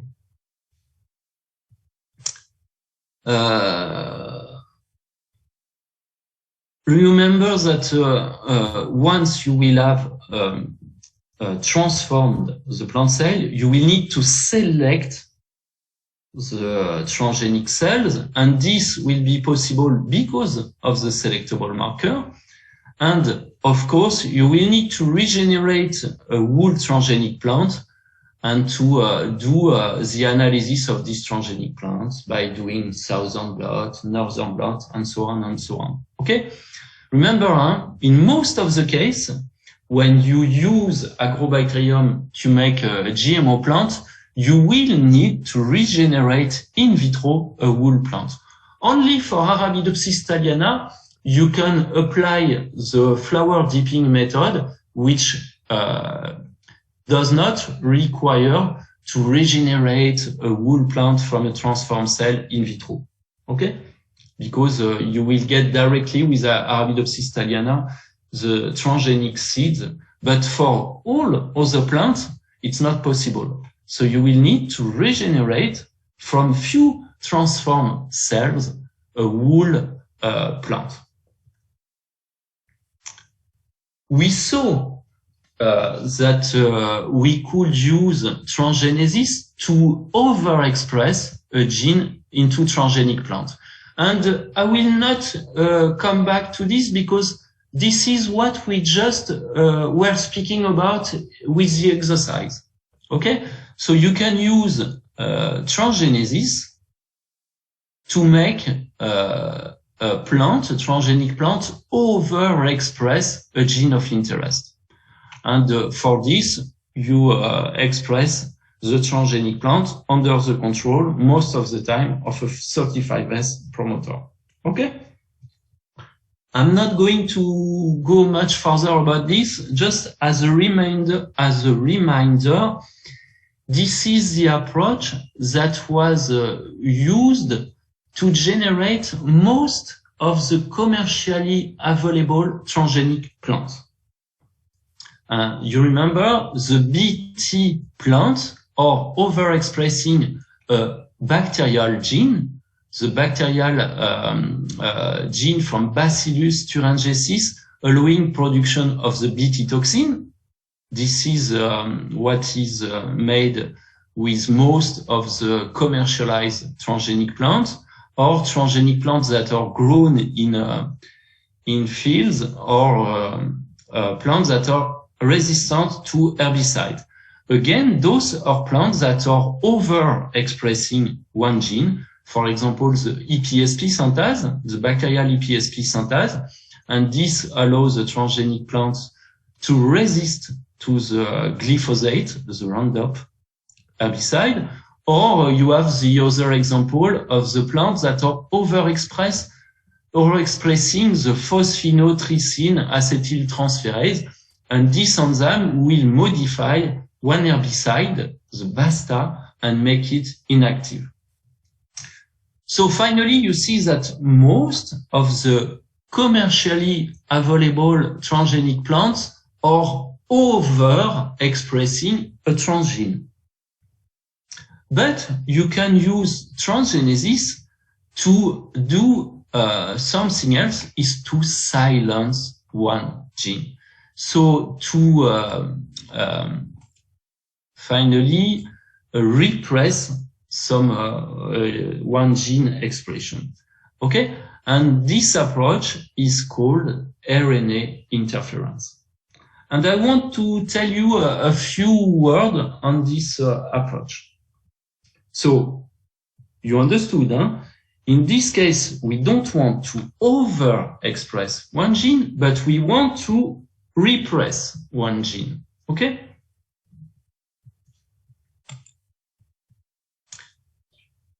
This RNA interference was indeed discovered in plants. And it was discovered when some researcher wanted to work on the synthesis of pigment in flowers of some plants. And they wanted to check the function of a gene, the chalcone synthase, in the synthesis of pigments in some flowers. So what they did was to overexpress in plants the chalcone synthase gene, and they were thinking they would get more pigments. But indeed, what happened is that they get the opposite. The plant produces less pigments. And it's something that was not really understood at the beginning. Huh? They overexpress the gene responsible for the purple color, and instead of getting more purple pigments, they got less. And this was really at the origin of a very, very, very important discovery in the field of biology. What was noticed is that those plants overexpressing the chalcone synthase were accumulating some small RNA. Okay? They were accumulating some very small RNA that were having a size between 20 and 25 nucleotides. Later on, the whole machinery was fully described, and how this, how can the researcher explain the absence of pigment in the transgenic plant here is that finally the overexpression of the chalcone synthase gene resulted in an inactivation of the gene, and the transcript of this gene were degraded, cut into small pieces. I explain you the machinery. When you overexpress in plant a gene that is already present in plant, indeed that's what we saw with MIB44 example. In most of the case, you have an overexpression of the gene, but in some case, you have what we call a co-suppression, because you produce too much transcript of the gene, it generates into the plant cell some double-strand RNA. Because in plant cells, you have an enzyme which is called the RNA-dependent RNA polymerase, which is normally not really active, but when you have a lot of RNA, it generates double-strand RNA. And double-strand RNA is recognized as something completely abnormal in plants. And it is taken in charge by a nuclease which is called dicer. And dicer, this nuclease, will cut the double-strand RNA in some small pieces. And it will generate what we called small interfering RNA, siRNA, or small RNAs. Those small RNAs are further taken in charge by a protein complex that we call the RISC, for RNA-induced silencing complex.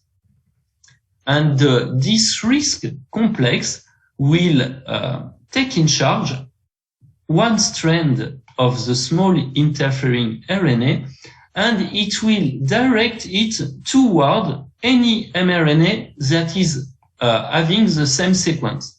So you will have a sequence complementarity, and it will allow degradation of this RNA. So finally, here you will see that the small RNA that are generated will allow to target messenger RNA produced from those genes. And it will degrade the RNA, so the transcript will not be present anymore. So finally here, flowers that were supposed to overexpress the chalcone synthase were not anymore producing the chalcone synthase. Okay?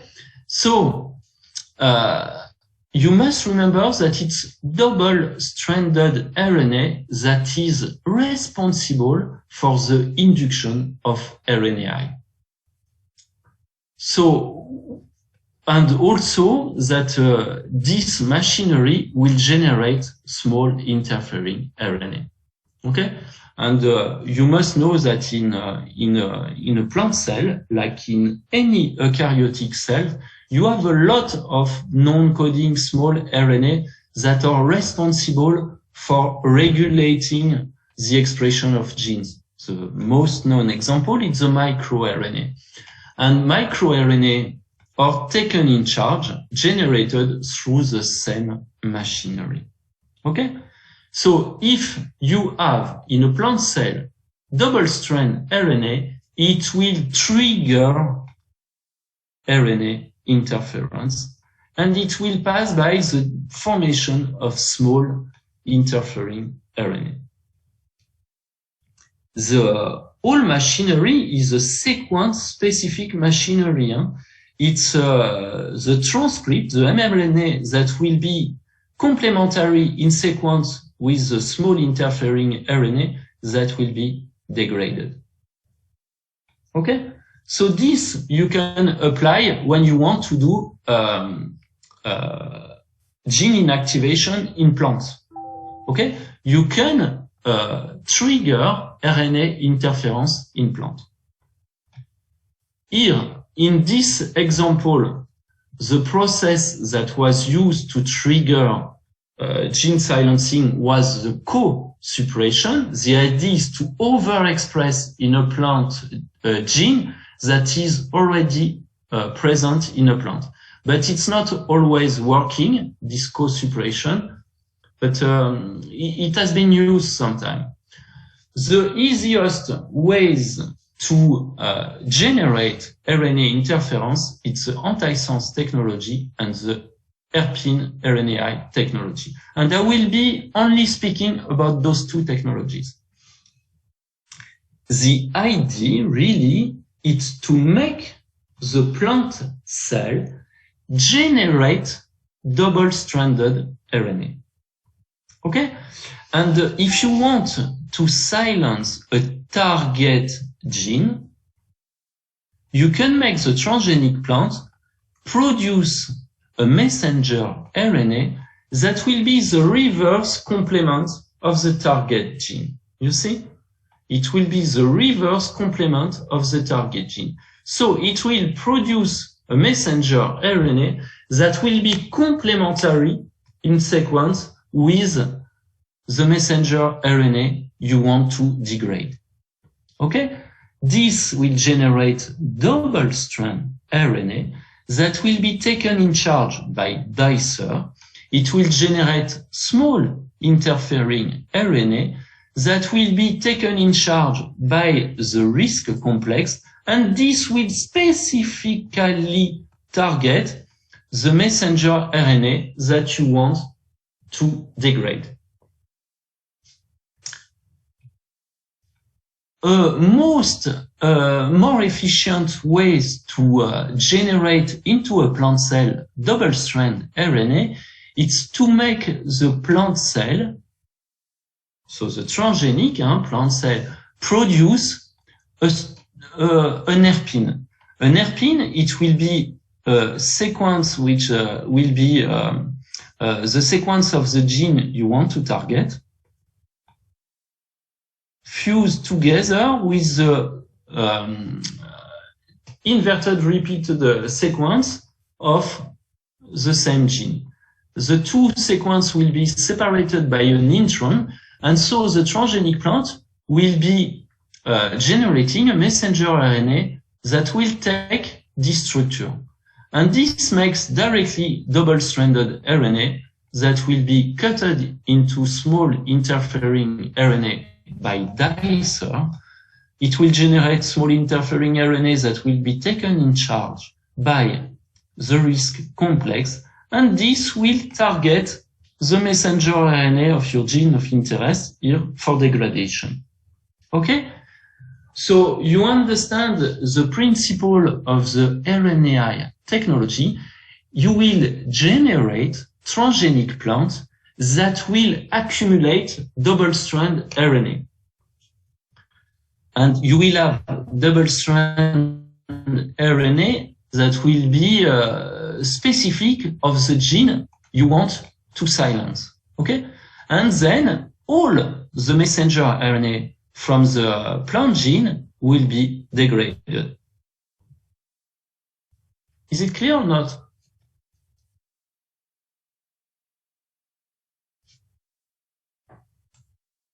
Do you understand the principle of the RNA interference? Yes? Do you have questions?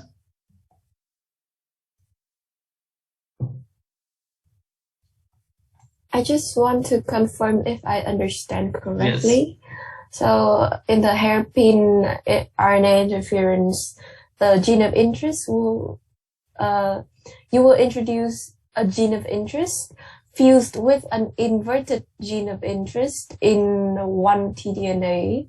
Yes. And then when those two genes of interest was transcribed, then it will create two mRNAs, but like inverted from each other, and it will automatically form a hairpin. Yes. Okay. Yeah. You must have understood the idea it's to silence one plant gene. Okay?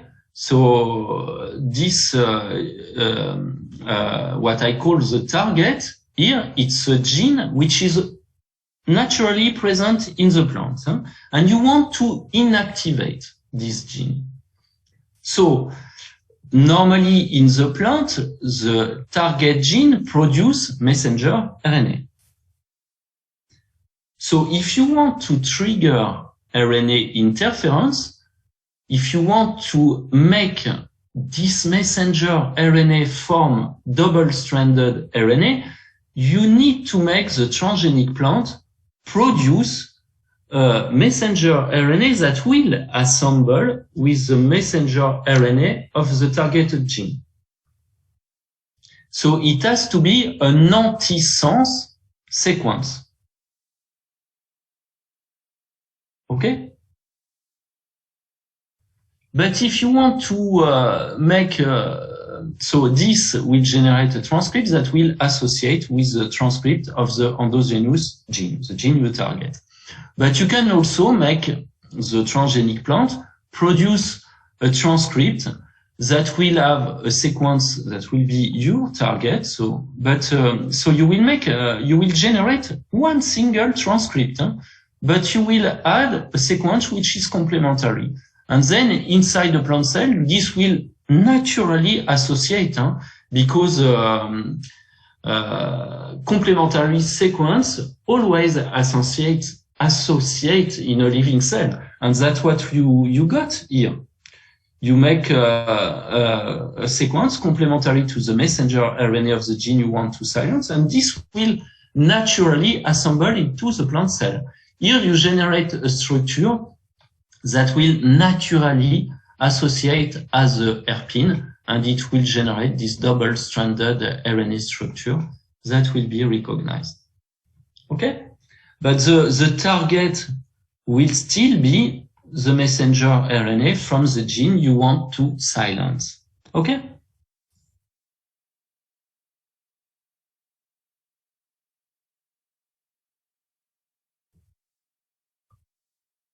So this technology is already applied in a field of industry or plant breeding.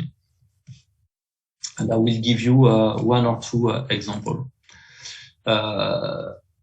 Those are list of examples of transgenic plants that are commercialized based on this technology. And I will give you one example. It's, for example, the caffeine-free coffee. This is something which can be produced using biotechnology. Okay, some transgenic coffee have their gene necessary for caffeine synthesis, which is silenced. Okay, so this is an example, but there are many of those examples that are for which you already have application. I will give you the example. Another example is the example of menthol biosynthesis. Okay, menthol, it's a very interesting metabolite produced by some plants, like the mint plant, and it's possible to engineer the plants to modify the quality or the quantity of the menthol which is produced. So in plants, the pathway allowing menthol biosynthesis is kind of complicated. It's a long process, and the precursor is this molecule, isopentenyl diphosphate, which will be converted in different molecules before to give menthol, which is here. Okay, so you see that from this molecule, it may be used to synthesize molecules in different pathways. It can go here to produce menthol, or for example, here menthofuran. If you silence here this enzyme, which allows to produce menthofuran from fulegon, then you will have more polygon available to make menton and then menthol. Okay? So the idea is to inactivate this pathway, going this way, to favor the production of menthol.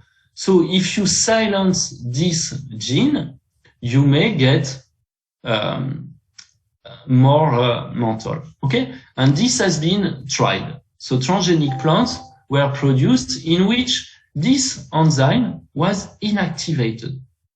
So then the polygon will not form menthofuran, but it will form more menthol that will be used to produce menthol.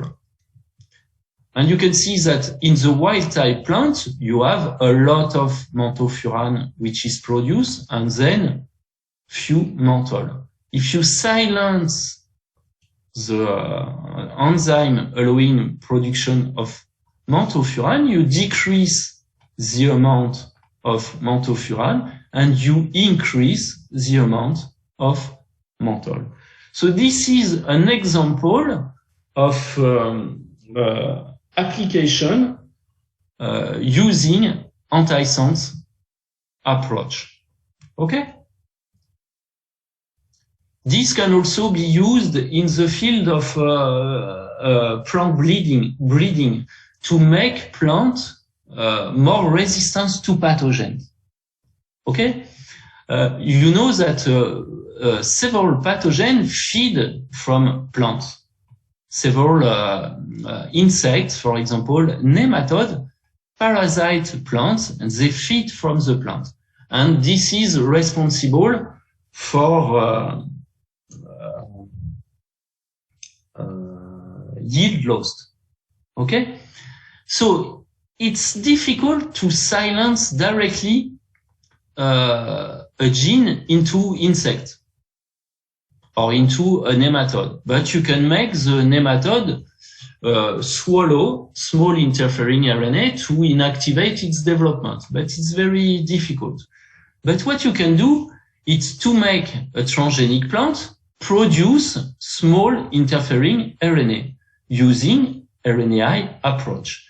And then when the pathogen, the pest, will feed on the plant, it will eat small interfering RNA. And those small interfering RNA can inactivate genes that are very important for the development of the pest. Okay? And I will give you one example which was developed by Monsanto. The company Monsanto tried to silence one gene which is necessary for the development of an insect which is Diabrotica virgifera. And this insect is eating corn. It's eating maize. So they did some in vitro culture of the insect larva, and they noticed that if they make the insect eat some small double-strand RNA targeting this gene, it was affecting the development of the insect. Okay? If the insect eats small interfering RNA, it's the same. The insect, it's a eukaryote. It's having the machinery triggering RNA interference. So when you make the insect eat double-strand RNA, it activates the RNAi machinery, and it inactivates the SNF7 gene, which is instrumental for the development of the insect. And the insect is killed. It's developing less. So the idea of Monsanto was to produce transgenic maize producing double-strand RNA targeting the SNF7 gene. So the transgenic plant will produce double-stranded RNA. When the insect will come to eat the plant, it will swallow double-strand RNA. And this will inactivate the gene necessary for the insect development SNF7. and the insect is killed. So it is another example. Using RNA interference, you can also silence genes from plant pathogens. Okay?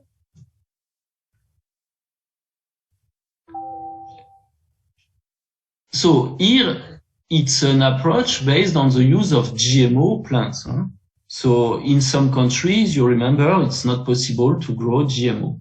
Remember, in Vietnam, it's not possible to grow GMO. But what the researcher thought is that you could also maybe water the plant with double-stranded RNA or spray the plant with some double-stranded RNA. And then when the insect comes to feed on the plant, again, it will swallow double-stranded RNA. This double-stranded RNA will be cut into small interfering RNA by dicer, and this will target the messenger RNA from the SNF7 gene, and it will be cleaved. Okay?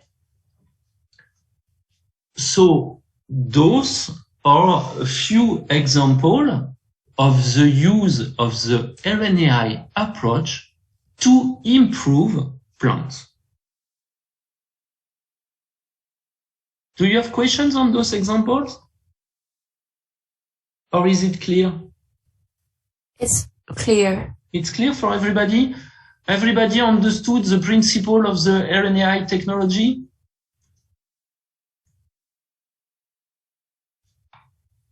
Yes. So all this is what we call the gene silencing approaches. The idea is to do gene silencing. But again, all this, it's based on the production of GMO plants. And remember, there is only, let's say, half of the world where you can grow GMO plants. So it's an interesting technology, but it's not a technology that can be used to improve plants worldwide. Okay? The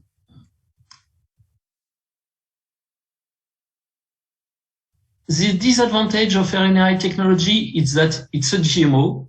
The silencing is not complete. Huh? You will never get a KO. You will decrease the expression of the targeted gene, but you will almost never have a knockout, a complete inactivation. It's a disadvantage, but it may also be an advantage. When KO is lethal, you can use RNAi technology. The biggest advantage of RNAi approach is that you can use this approach to silence a complete gene family. Okay, so this is a very, very important point, is that you can use RNAi technology to silence a complete gene family. That's all I want to say about RNAi technology. I want then to move to a next technology, which is based on genome editing. And this is very important because it's all the technologies that are really under development, because most probably those approaches will not necessarily be considered as GMO technologies. Okay, so I will continue with this part of the lesson. After a break, we will take 13-minute breaks. Okay. So I will continue at your time. For you, it will be 6h45. Okay, we make a break? Okay. Perfect. See you in we will continue with the lesson. And I told you I will be speaking about genome editing.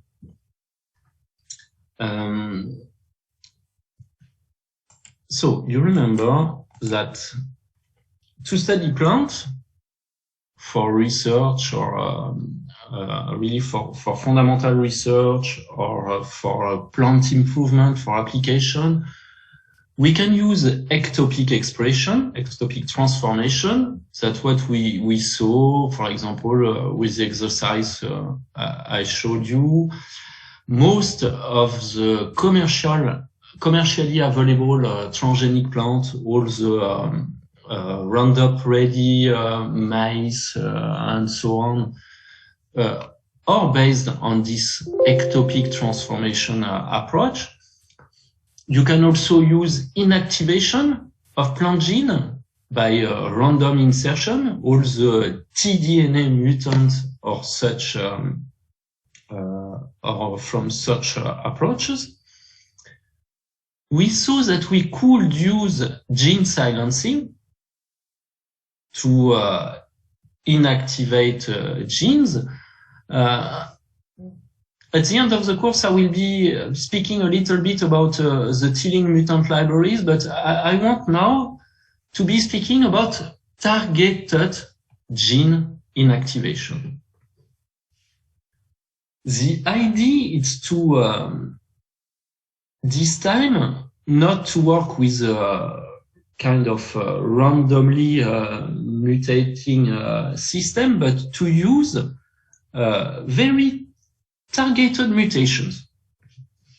In most of organisms, the approach which is used to do targeted gene inactivation is based on the use of homologous recombination. Okay, but this occurs at low rates in plants. Remember this, using homologous recombination is, for example, used to modify the genome of yeast, fungi. It's also used to generate mutants in mammals. You have, for example, collection of mice mutants that have been generated using homologous recombination. In plants, the frequency of homologous recombination is rather low. So it's very, very difficult to achieve homologous recombination in plants. How do you proceed to do homologous recombinations? What happens in plants when there is not homologous recombination? That's what I will explain you now. To do targeted mutagenesis, you need to induce in DNA the formation of double-strand breaks. A double-strand break, you get it when you cleave with nucleases double-strand DNA. Okay? When you do when you create, a double-strand break into a genomic DNA, it will be repaired because otherwise it's lethal. Okay? So it will be repaired. And there are two ways of repairing a double-strand break. If you have available homologous DNA sequences, the repair will occur by homology-directed repair. And this can allow to do targeted mutagenesis, to do targeted genome editing. I explain you. You have here a DNA sequence in which you create a double-strand break using nuclease. You can repair this double-strand break using homology-directed repair by providing within the cell a donor DNA, which can be a different kind. I will take this example. You see the sequence you have here. blue, green. It's the same sequence as here, huh? Blue, green. So you have an homology between this genomic DNA that you broke and a donor DNA that you put into the cell. And the same here, you have this sequence, green, yellow, orange, green, yellow, orange. It's the same sequence. So this is homologous. And in between, you can add a DNA sequence you want. You can add, for example, a full gene. And during homology-directed repair, you will have reparation of the double-strand break and insertion into this region of the DNA that you cut of this new DNA sequence. That can be a full gene or a tag if you want to label one specific gene. You can also use as a donor DNA the same sequence as here, you see, it's the same sequence, but you change here one nucleotide. Okay? You change, here the TA here by a CG. And this will allow to do point mutation, to add a point mutation or point mutagenesis, or to correct one gene if one gene was carrying a mistake. So you see that when you generate double-strand break, you can repair it doing homology-directed repair, and this will allow to modify the genome. But this is very, very, very difficult to achieve in plants. In plants, what will mainly occur instead of homology-directed repair, it's what we call non-homologous end joining. This double-strand break will be repaired by reattaching the two fragments here. But when you will have the reparation, it will create some mistakes, meaning it will create some indels. What does it mean, indels? It means insertion or deletion, meaning that during the reparation process, it may add some nucleotide, what you see here. Here you have 3 nucleotides added, here 1, or it may remove some nucleotides, delete some nucleotide. So the reparation creates indels, insertion of deletion. And this will, of course, affect the structure, for example, of a gene. If you remove or add some nucleotides into the open reading frame of one gene, you may completely change the open reading frame. And you can, like this, inactivate one gene.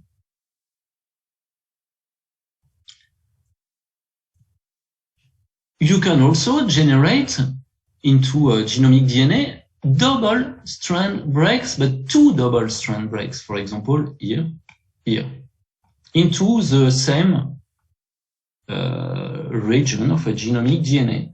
And this can allow to delete completely one part of the DNA. Okay? Or you can invert those parts and change completely the DNA sequence. You can choose to do 2 cuts in 2 parts of the genomic DNA that are far from each other and generate some recombination of the DNA. Okay? So this is what you can achieve by generating into the genomic DNA 1 or 2 double-strand breaks. You have to really remember this. Double-strand breaks will be repaired. In plants, it will be mainly repaired by non-homologous end joining. The problem of this reparation mechanism is that it creates indels. It creates insertions or deletions. So it modifies the DNA sequence. You can use those mechanisms to modify the genome of one plant if you are able to target the double strand break. If you are able to make the nuclease cut at one specific loci, you can target your mutations. Okay? So all genome editing approaches, the TALEN technology, the CRISPR-Cas9 technology, is based on what I just explained you. The idea is to direct to a specific DNA sequence a nuclease. This nuclease will cut at a very, very specific locus the DNA. It will generate double strand break that will be repaired. If it's repaired by homology-directed repair, you can add some DNA sequence or do some point mutation. If it's repaired by non-homologous end joining, that's what will occur mainly in plants, you will generate small mutations in that. Okay? So now, what are the approaches that can be used to specifically direct a nuclease on a DNA sequence? You can use different approach, zinc finger approach, TALEN technology, CRISPR-Cas9 technology, and that's what I will be presenting you right now. I will start with the meganuclease. The meganuclease or the zinc finger and the TALEN nuclease. The meganuclease have been developed 30 years ago. Okay? The idea is to engineer recombinant protein that will be made of different modules. One module will be a DNA binding domain that will allow to target a specific nucleic sequence. And the second domain will be a nuclease domain that will generate the double strand break. It's the domain that will cut the DNA. Okay? What is the difference between zinc finger nuclease and TALEN nuclease? Zinc finger nuclease, they are based on the use of transcription factor. And those transcription factors were called zinc finger proteins. Zinc finger transcription factors. Because they are transcription factors, they have the ability to bind to DNA. And actually, they will not bind to any DNA sequence. They will associate to some specific DNA sequence, the zinc finger transcription factors. Okay? And now it has been very, very well studied, very well described. And we know that one zinc finger transcription factor possesses 6 domains, 3 to 6, it depends, that are made of 30 amino acids. And each of these domains is able to bind to 3 nucleotides. And the recognition is kind of specific. Okay?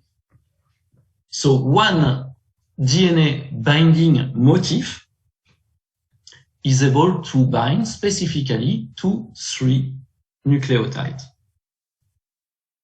And thus, you can generate, using a molecular biology approach, you can generate nuclease that will recognize specifically one site on DNA. The idea is to associate different module, DNA binding module. Each module will recognize 3 nucleotides very specifically, and you will attach to this DNA binding domain one nuclease. For example, here FOC1. Do not forget, genomic DNA of your plant, it's double-stranded DNA. When you use a nuclease like this, the FOC1 nuclease, it will cut 1 strand of DNA. So, to be able to generate your double strand break, you will need to use 2 different recombinant proteins. And they will need to recognize both of them the same specific site to generate a double-strand break. Okay? That's why the technology is kind of heavy, because you need to build DNA binding module specific for some DNA sequence, to associate each DNA binding domain with a nuclease. You need to make the transgenic plant produce the 2 recombinant proteins to generate at a specific locus a double-strand break. Zinc finger nuclease have not been used so much because the flexibility for the choice of the DNA sequence is not so huge. Okay, you cannot modify so much each module of the DNA binding domain. Okay, and each module recognizes 3 nucleotides, and you don't have so much choice. You will always have a GC, so you cannot target with the zinc finger domain any kind of DNA sequence. Okay, you don't have so much flexibility. This zinc finger nuclease, or their activity, is based on the specific recognition between a protein and DNA. And this is not so specific. Okay, remember this.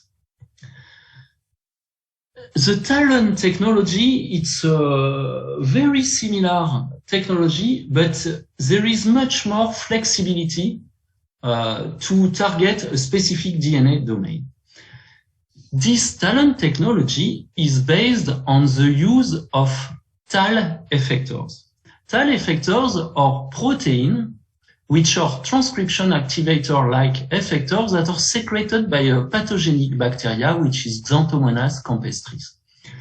Xanthomonas campestris, to infect a plant, is secreting into the plant TAL effectors. And those effectors will activate the expression of plant gene. This will modify the metabolism, the physiology of the plant cell, and it will favor the development of the bacteria. Okay?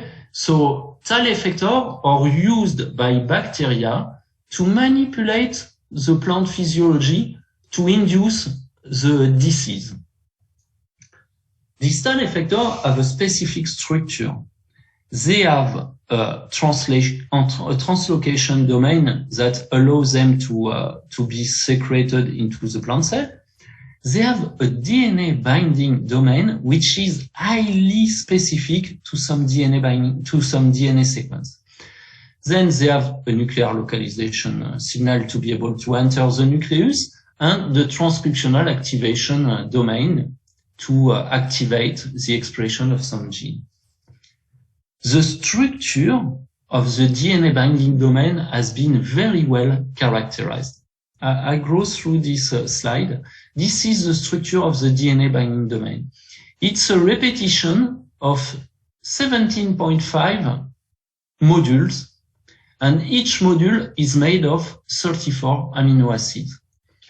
In the 34 amino acids, there are 2 amino acids that are recognizing specifically 1 nucleotide. And thus, by assembling different modules, you can generate a DNA binding domain that will be able to bind to a specific DNA sequence. Okay?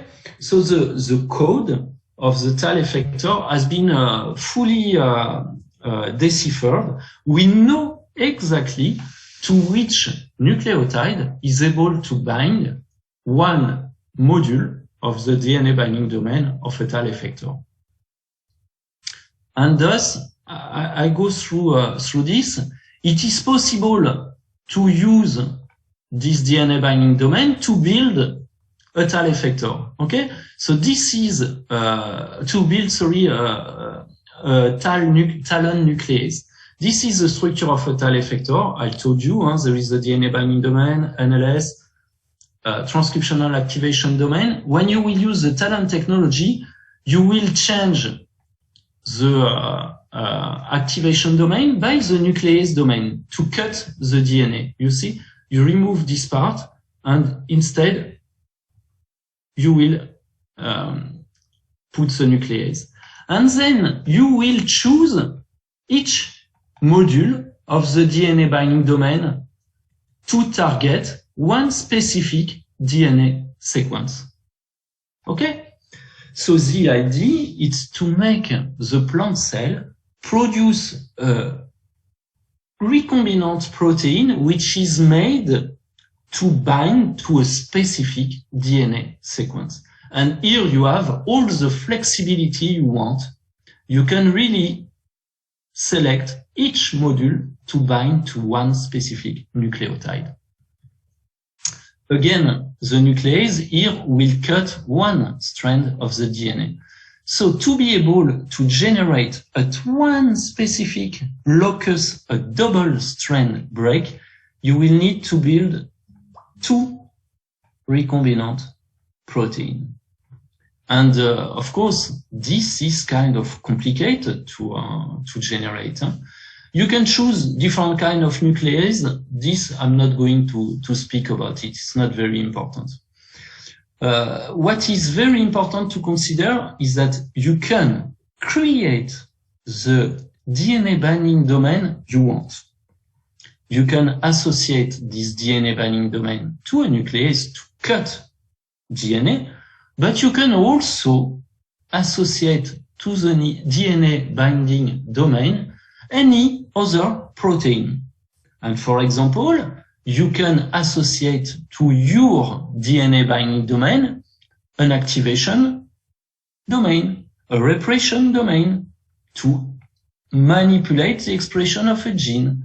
You can add to the DNA binding domain any kind of enzyme that will modify the structure of the chromatin, methyltransferase, histone acetyltransferase, etc., etc., etc. Okay? So you can engineer a protein to target DNA and to modify the DNA according to what you want to do. TALON have been mainly used to generate double strand breaks, so meaning they are associated to nuclease. Okay? The disadvantage of zinc finger nuclease and TALON nuclease. Okay, the zinc finger nuclease, they are very difficult to use because you don't have much flexibility. TALON nuclease, it can be very, very, very specific to a DNA sequence. But you see that they are very large protein. It's difficult to build because you need to assemble together different modules. So it costs a lot. Okay, it's something which is difficult to do. And you need to have two proteins to generate a double strand break. Even if the specificity of the TALON nuclease is important, it's not always optimal.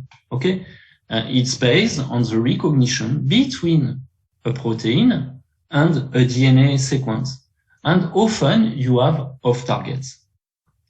Okay, because you produce big protein into a plant cell, sometimes it's toxic for the plant cell. So there are disadvantages of using mega nuclease. Did you all understood the principle of the meganuclease? Is it clear, or do you have question on what is a meganuclease? Do not hesitate if you have questions. Can you explain again about the domains of the zinc finger nuclease? I wasn't sure about that part. Yes, of course. It's finally exactly as for the TALON nuclease, is that the enzyme the protein, the zinc finger transcription domain is having a DNA binding domain, which is all the violet part here. This DNA binding domain is made of different modules. You have one module here, one here, one here, one here. Each module is able to bind to 3 nucleotides. 1, 2, 3. 1, 2, 3. 1, 2, 3. 1, 2, 3. Okay? So finally, if you assemble together different modules, you may target one specific DNA sequence. Because you cannot choose here the GC, you don't have so much flexibility. For the TALEN nuclease, the principle is the same. The DNA binding domain is not made of 3 to 6 modules, but it's made of 17.5 modules. It's the red. Each module is made of 34 amino acids, and each module is able to recognize one nucleotide. Here you have the choice, and you can use any module you want to target one specific nucleotide. Okay, so it's very, very precise, much more than for the zinc finger protein. Okay? Yes, okay. Other questions or not? Do not hesitate, huh?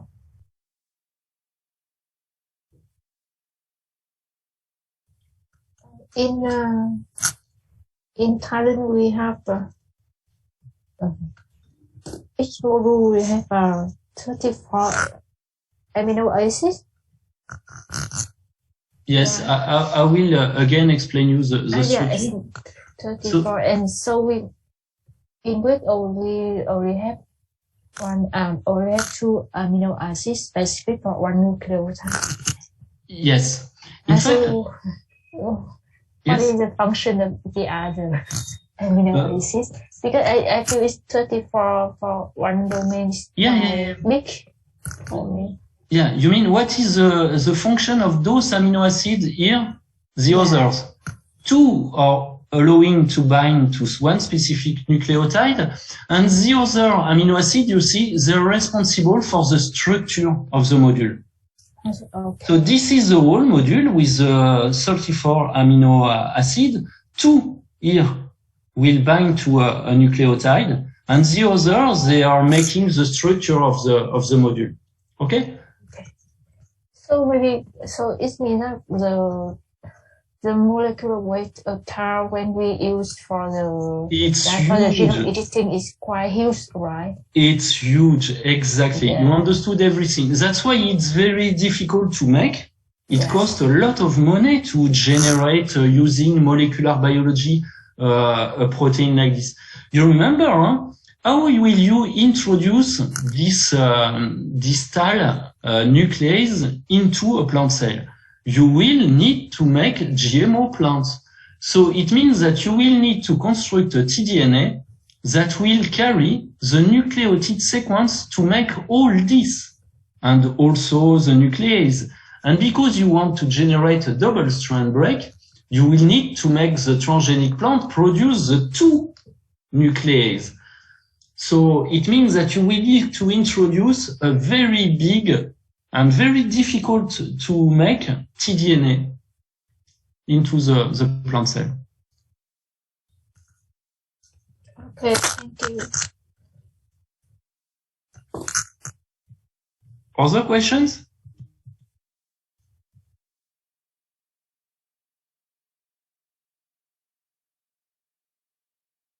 So I will move to the next part. So you understood that zinc finger technology, TALEN technology, it's meant to target a nuclease to a specific DNA sequence to cut this DNA. Okay.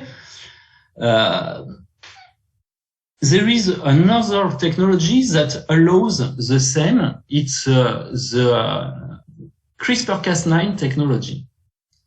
In the zinc finger technology, the TALEN technology, it's a protein, a DNA binding protein that will target the DNA. Okay, it's a protein, a DNA binding domain, a protein DNA binding domain that will allow the nuclease to target the DNA you want to cut. With the CRISPR-Cas9 technology, it's a small RNA that will allow to guide the nuclease toward a specific DNA sequence.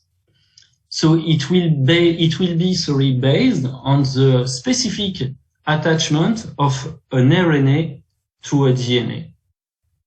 And thus it will be much more specific. Okay, it will be based on sequence complementarity, and then it will be very, very specific. Other advantage of this technology is that you will not need to construct a very big, very complicated DNA binding domain.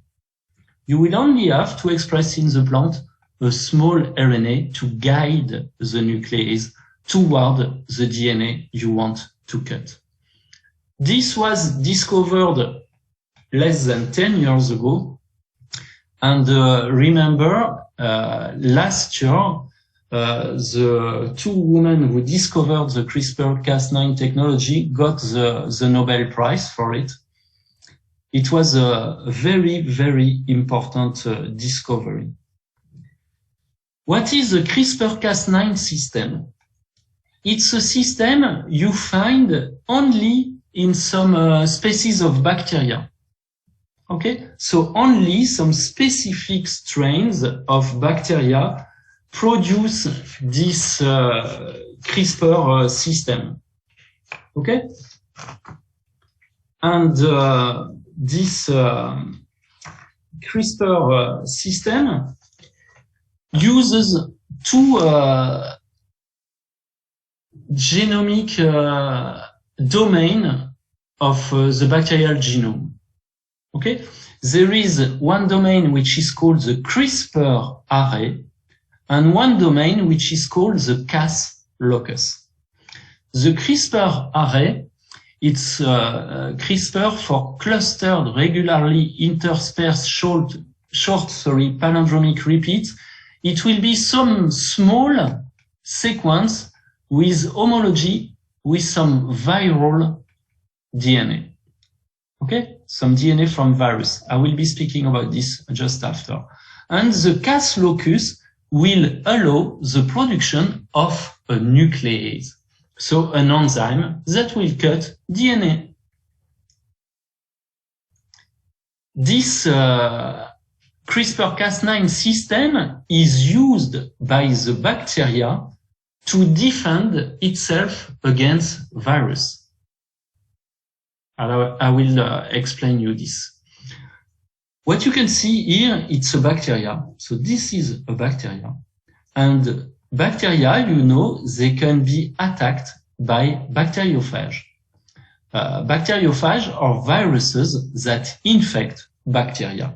And here you have a virus which injects its DNA into a bacteria. And the virus will use the bacteria machinery to multiply. Okay? Some bacterial strains which have the CRISPR system are able to remember when they have been infected with a virus. And what they will do is to keep a part of the viral DNA into their CRISPR array. Okay, so this is the DNA of the virus. This is the genomic DNA of the bacteria. A bacteria which is infected with a virus is able to keep the information of this infection. It will keep a small piece of the bacterial DNA into the CRISPR array. So finally, the CRISPR array, it's a kind of library that allows the bacteria to remember all the virus that are able to infect it.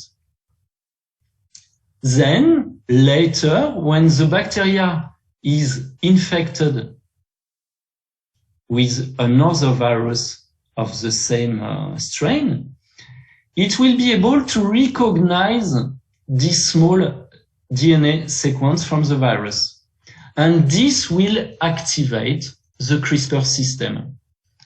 And this will allow the assembly between the CRISPR RNA here, one tracer RNA here, and the Cas9 nuclease here.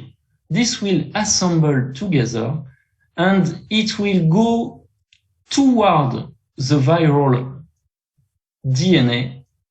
You will have specific recognition here between this CRISPR RNA sequence and the viral DNA sequence. You will have assembly, complementarity, and so the nuclease will cut the virus DNA. And the bacteria will be able to kill the virus. So the CRISPR system, it's a bacterial immune system. Okay? It's a mechanism developed by some bacteria to defend themselves against viruses.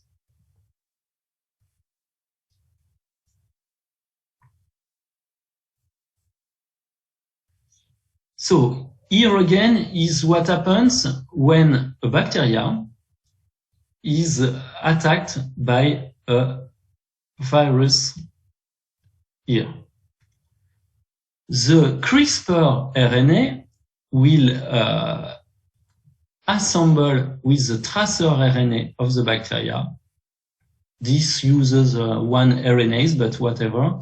And this specific RNA structure made of the CRISPR RNA and the tracer RNA will assemble together with the Cas9.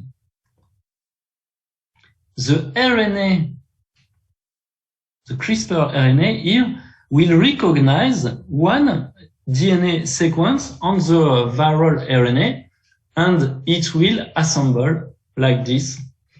The nuclease will come to target this sequence. And the Cas9 will be able to generate a double-strand break. So here you have a nuclease which is able to directly generate double-strand break. So you remember before with the zinc finger technology, the nuclease, the FOC1 nuclease, were generating single strand break. So you are needing to have two recombinant protein to create a double strand break. With the Cas9 protein, it's easier. It generates directly a double strand break. You see that the whole system is based on the specific assembly of the CRISPR RNA with the targeted DNA here. Here you have sequence complementarity. So you can guide eventually the Cas9 nuclease toward a specific DNA sequence. When you apply CRISPR-Cas9 technology to plants, that's what you will do.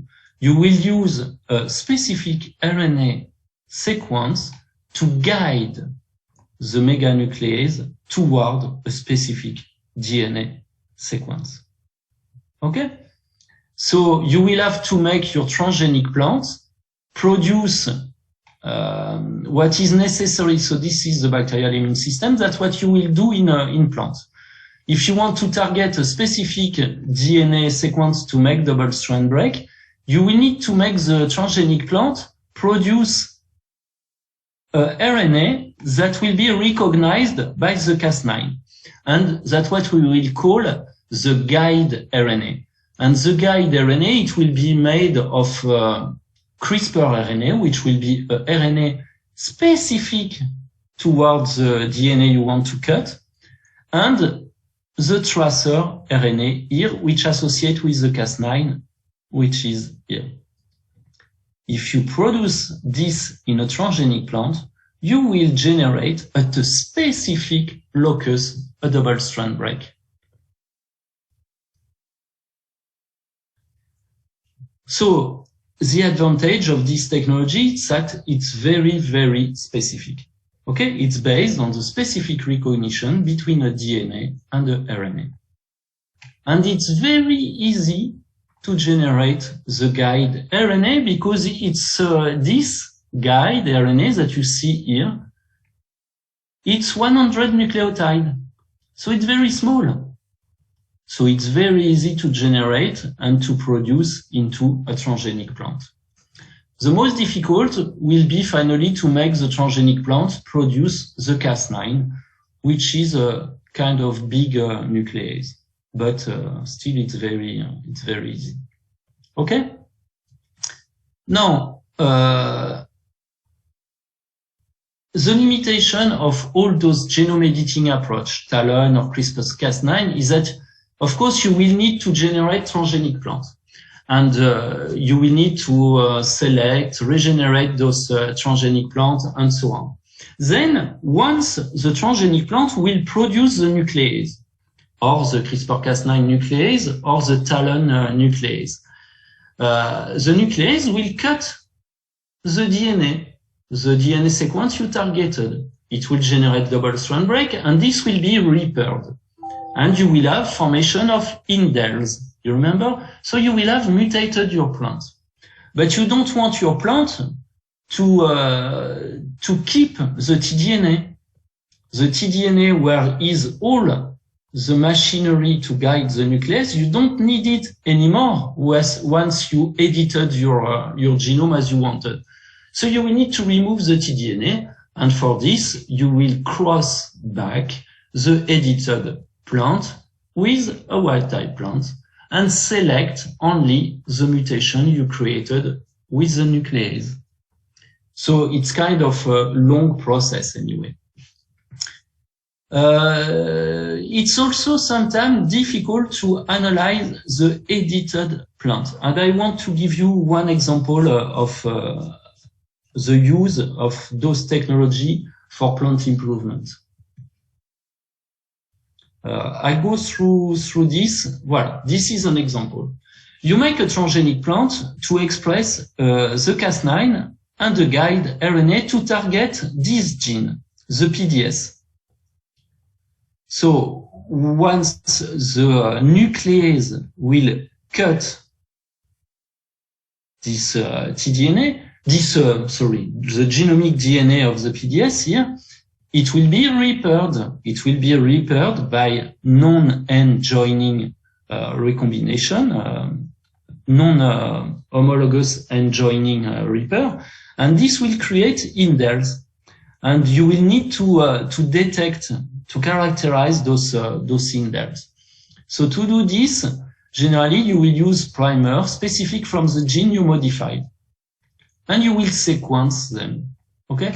You will sequence, and then you have here the different sequence. And you see that you can have deletion of 1, 2, 3, 4, 5, 6, 7, 8, 9, 9 nucleotide, or sometimes you have one nucleotide which is added.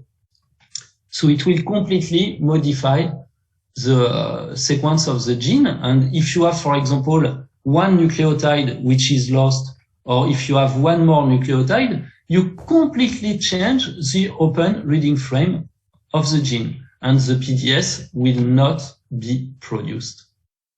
Okay? But you see that to detect the different kind of events you got, you will need to analyze very precisely your transgenic plants. Okay? Do you have any questions on this CRISPR-Cas9 technology? Do you have any questions?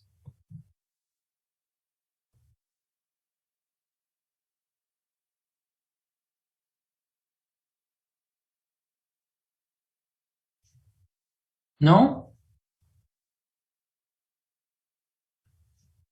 You understood that the idea is with CRISPR-Cas9 technology is the same as with the meganuclease technology. The idea is to guide a nuclease at a specific locus. And you see that it's very precise. Here, this is the locus that was targeted. It's as precise as this. It's 3 nucleotides before what we call the PAM. And the PAM is this sequence which is here recognized by the Cas9. Okay, so the site for cutting, it's 3 nucleotides from the PAM, sorry. And you see that it's very precise. It's exactly here that you will have generation of the double-strand break. Then, after repair, you create the indels. So you have targeted very precisely the activity of a nuclease that cuts the double-stranded DNA. This is repaired and generates mutations. The genome editing technology in plants, until now, it's mainly this. Okay? Of course, you could imagine using those technology as for Talon to target any kind of protein to a specific DNA sequence. For example, to activate the expression of one gene, if you target a promoter with a transcription factor, or to modify the structure of the DNA, you can imagine different kind of approaches.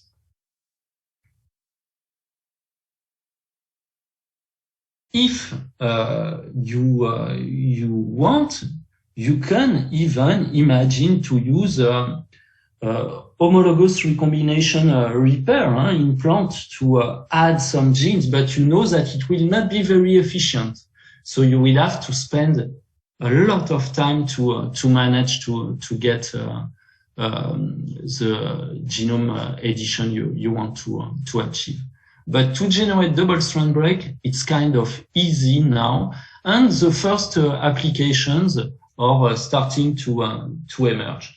I don't want to go into details with the application. I will give you the slides, and there is one example of the addition of the promoter of one gene, which is involved in plant susceptibility to pathogen. It's the sweet gene.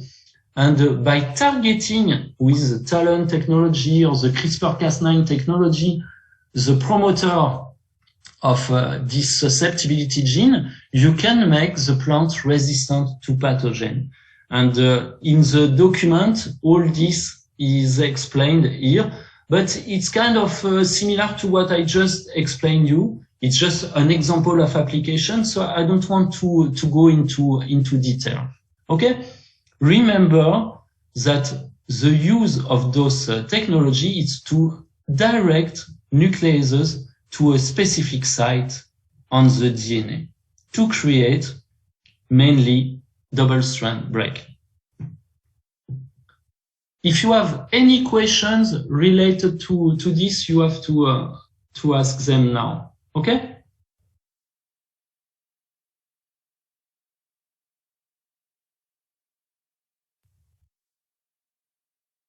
I don't have any questions. I understand.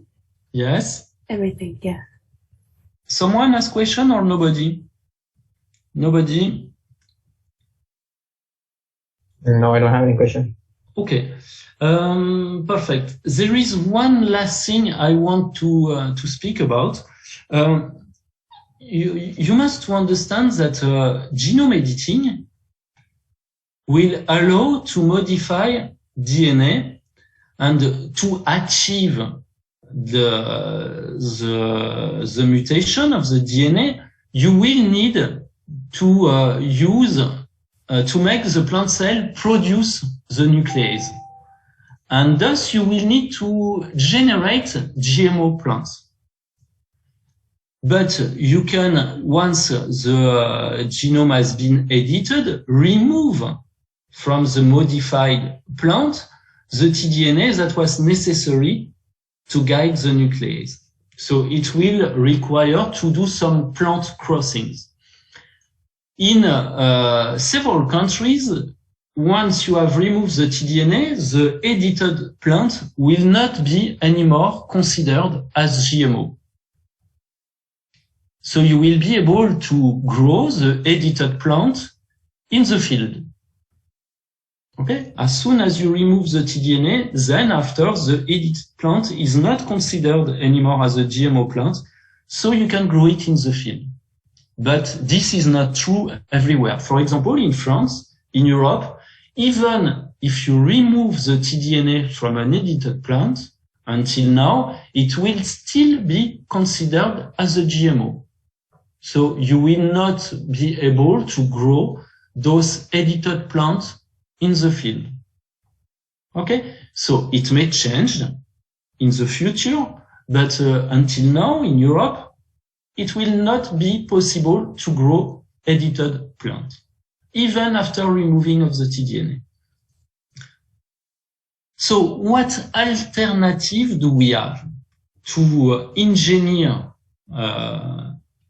to use mutated plant in plant breeding, if you don't want to use GMO approach? Is there an alternative? There is only one alternative, and it's the use of the TILling technology. Okay?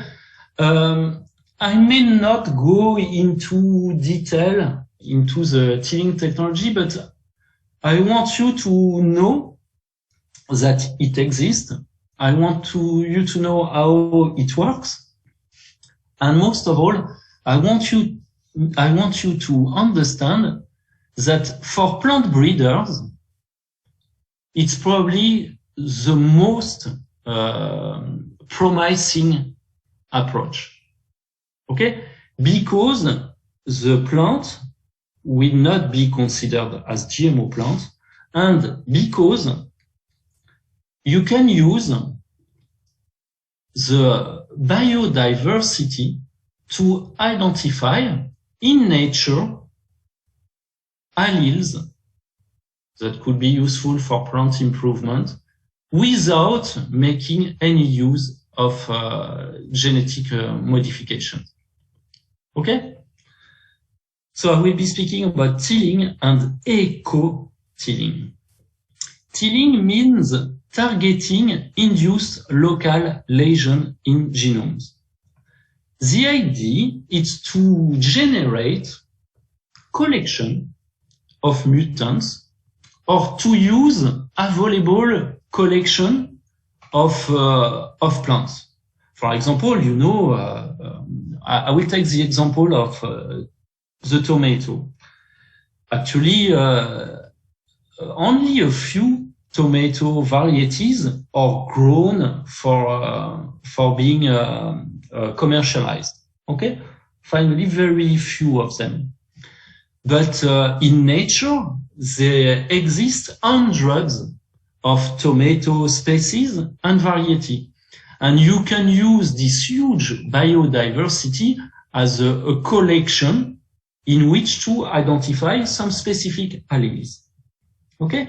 So you can generate a collection of mutants by using mutating chemicals or generate wild collection. And the whole idea of TILling is to be able to screen using high throughput approaches to identify mutations in a gene of interest. So the targeting is for this, because you will be searching into populations of plants, a plant which carries a specific mutation in one specific gene.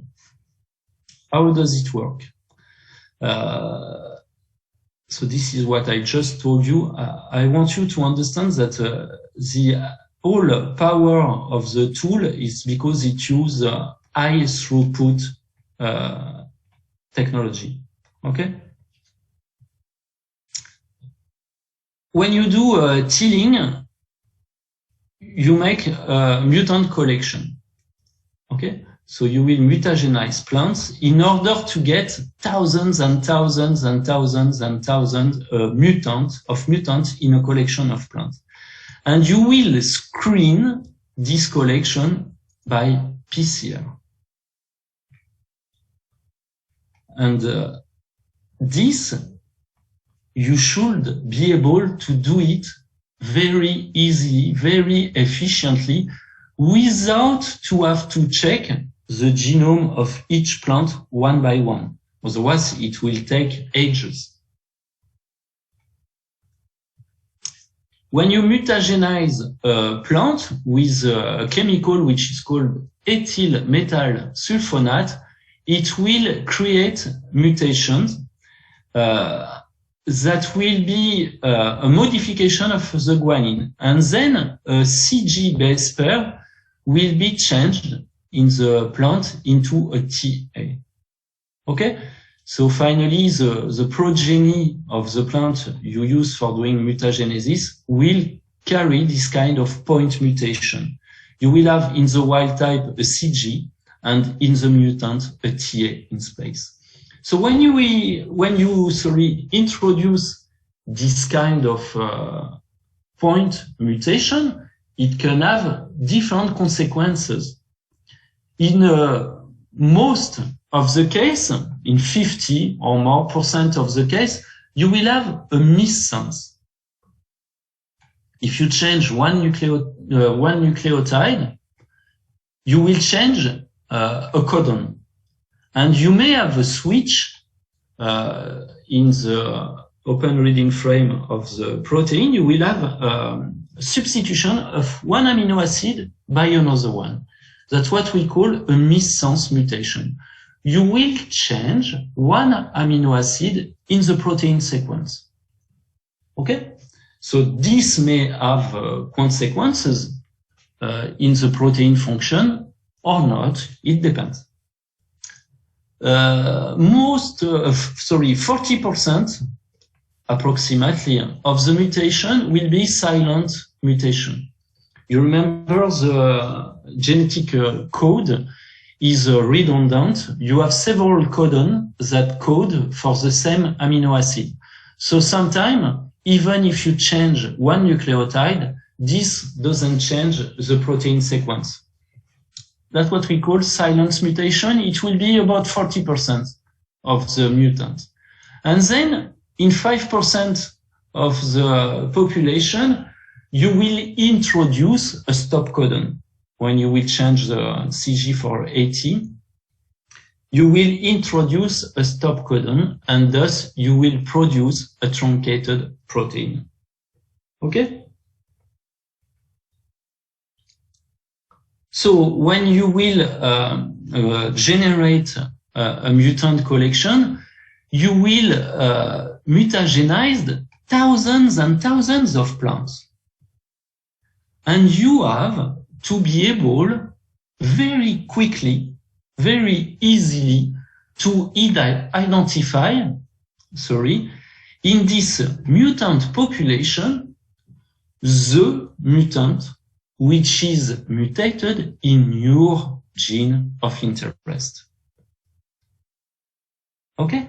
So this is why we speak about targeted induced local lesion in genome.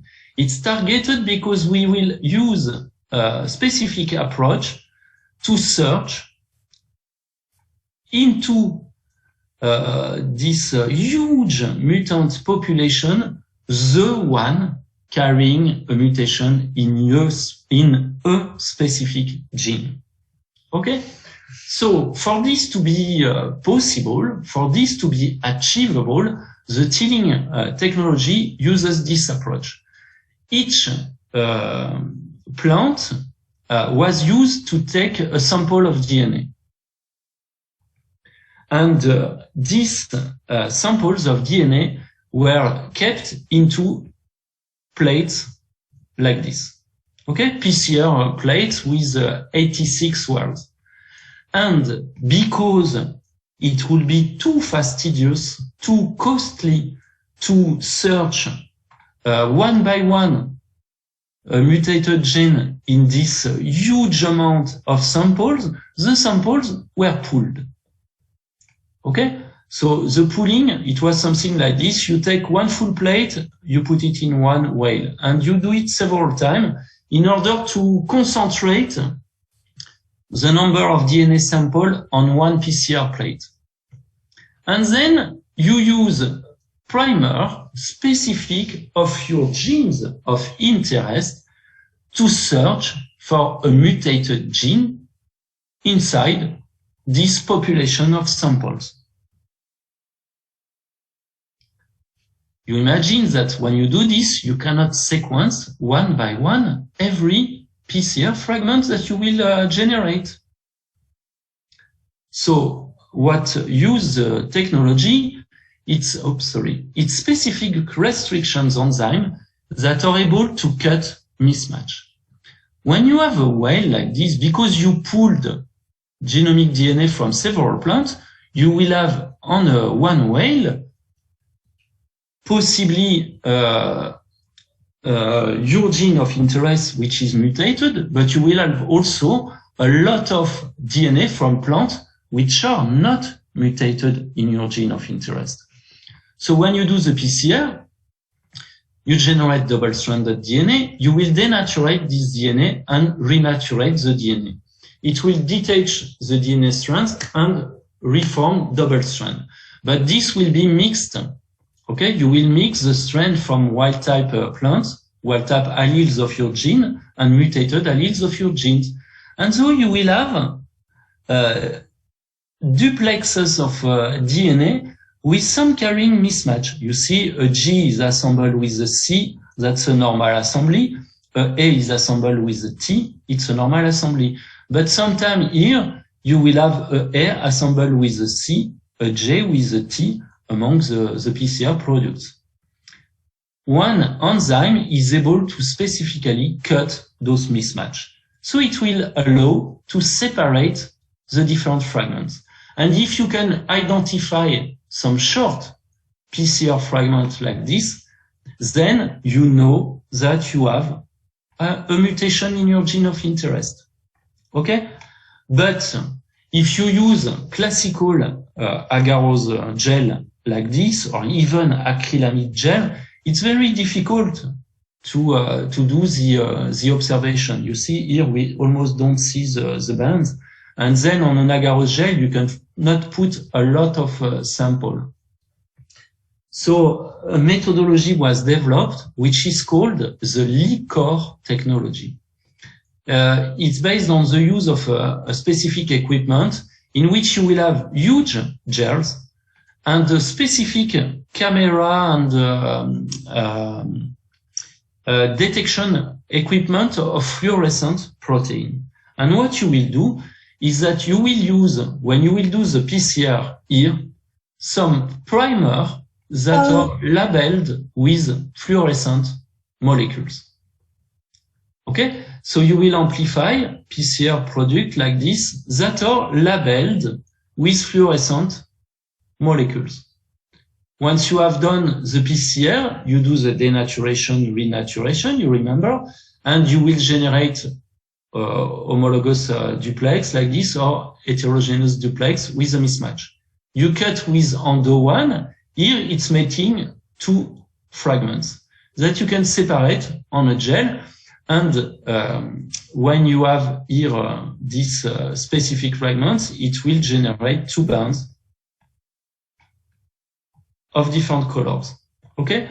With the wild type alleles, you will generate only one band.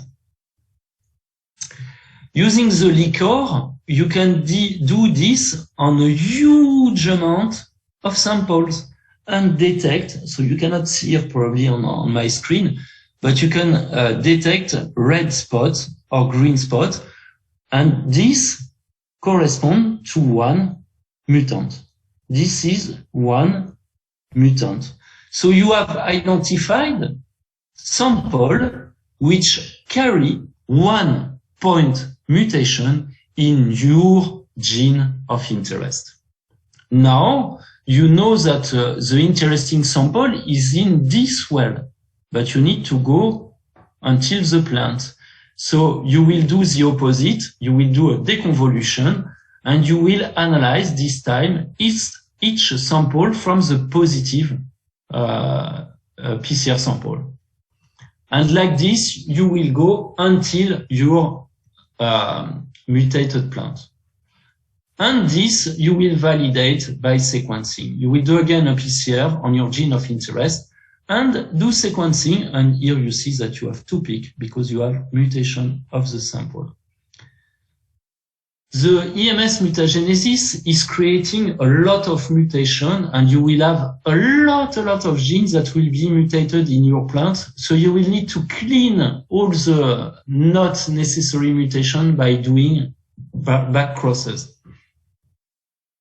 But then you can identify one very interesting mutant with a mutation in one specific gene. Okay, so it allows this technology to identify mutation in a target gene. You will identify SNPs. It's high throughput, low cost. And the plant you will isolate will be non-genetically modified plant. This will be, you will be able to grow in fields without any restriction. Okay, the advantage of EMS mutagenesis is that you can do mutagenesis of any kind of plant species. You remember transformation with Agrobacterium tumefaciens? It's not working for every plant species. Transgenesis, yes.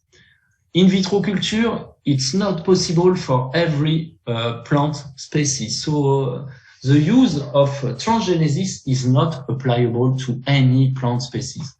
The TILING technology, it's applicable to any kind of plant species. Okay? Remember that this will generate a lot of missense mutations, so you will not have too much loss of function mutation, and this is very good because what you want to have is alleles that will be viable. You don't want to have mutations that will be too little. Okay? And then this can be adapted for the detection of natural variation. So you may not need to do EMS mutagenesis. You can use natural population of a plant to identify some specific alleles of interest.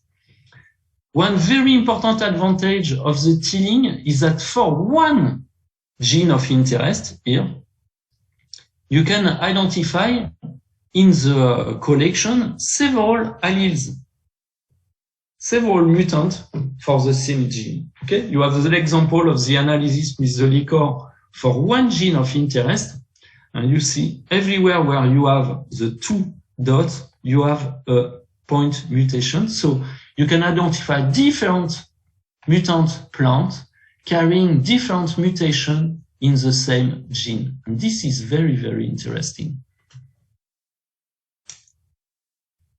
Okay, that's what I wanted to tell you about TILING. Eco-TILING, it's the same, but instead of using DNA from mutants, different mutants generated by EMS, you use different, for example, ecotype here of Arabidopsis, or different wild-type plants of, I don't know, tomato or melon or pepper or whatever.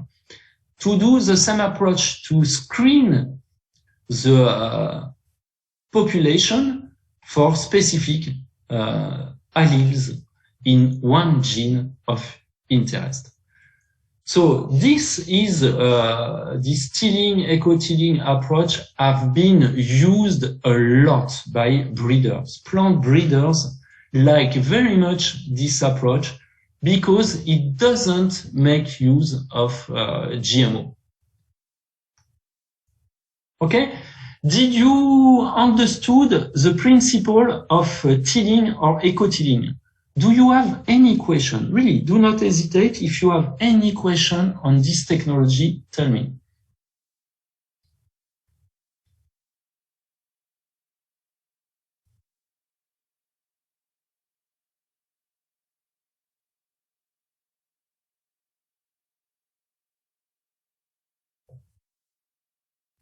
I have a question on eco-tilling. Yes. Because the mutation is caused by PCR process, so once you detect the mutation... the mutation is not caused by the PCR. It's the PCR which allows to detect a mutation. So here the idea is not to allow a mutation, it's to allow detection of polymorphism in a gene. Okay, you have between related plants, the gene are highly conserved, they are highly homologous, but still there is polymorphism. Okay, there are some specific alleles in the different plants here from a collection.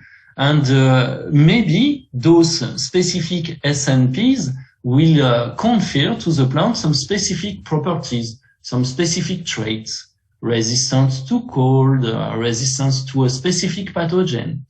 Okay, so the tilling approach, eco-tilling or induced tilling by EMS, will not allow mutagenesis. It will allow to detect among a population of mutant or population of variants, some specific alleles, some different alleles for one gene. Yes?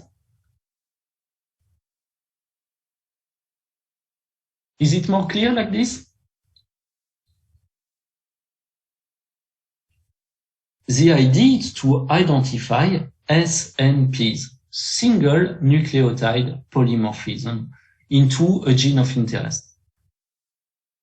Maybe this mutation, this small variation in the nucleotidic sequence of one gene will change the function of a gene. And this may allow gain of function, or this may allow loss of functions. So for breeders, it's something which is very interesting. You understand?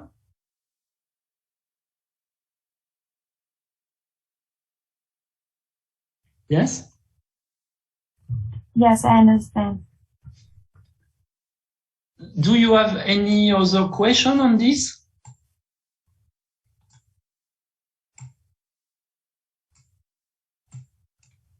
No, I don't have any questions. Okay. Does someone else have a question?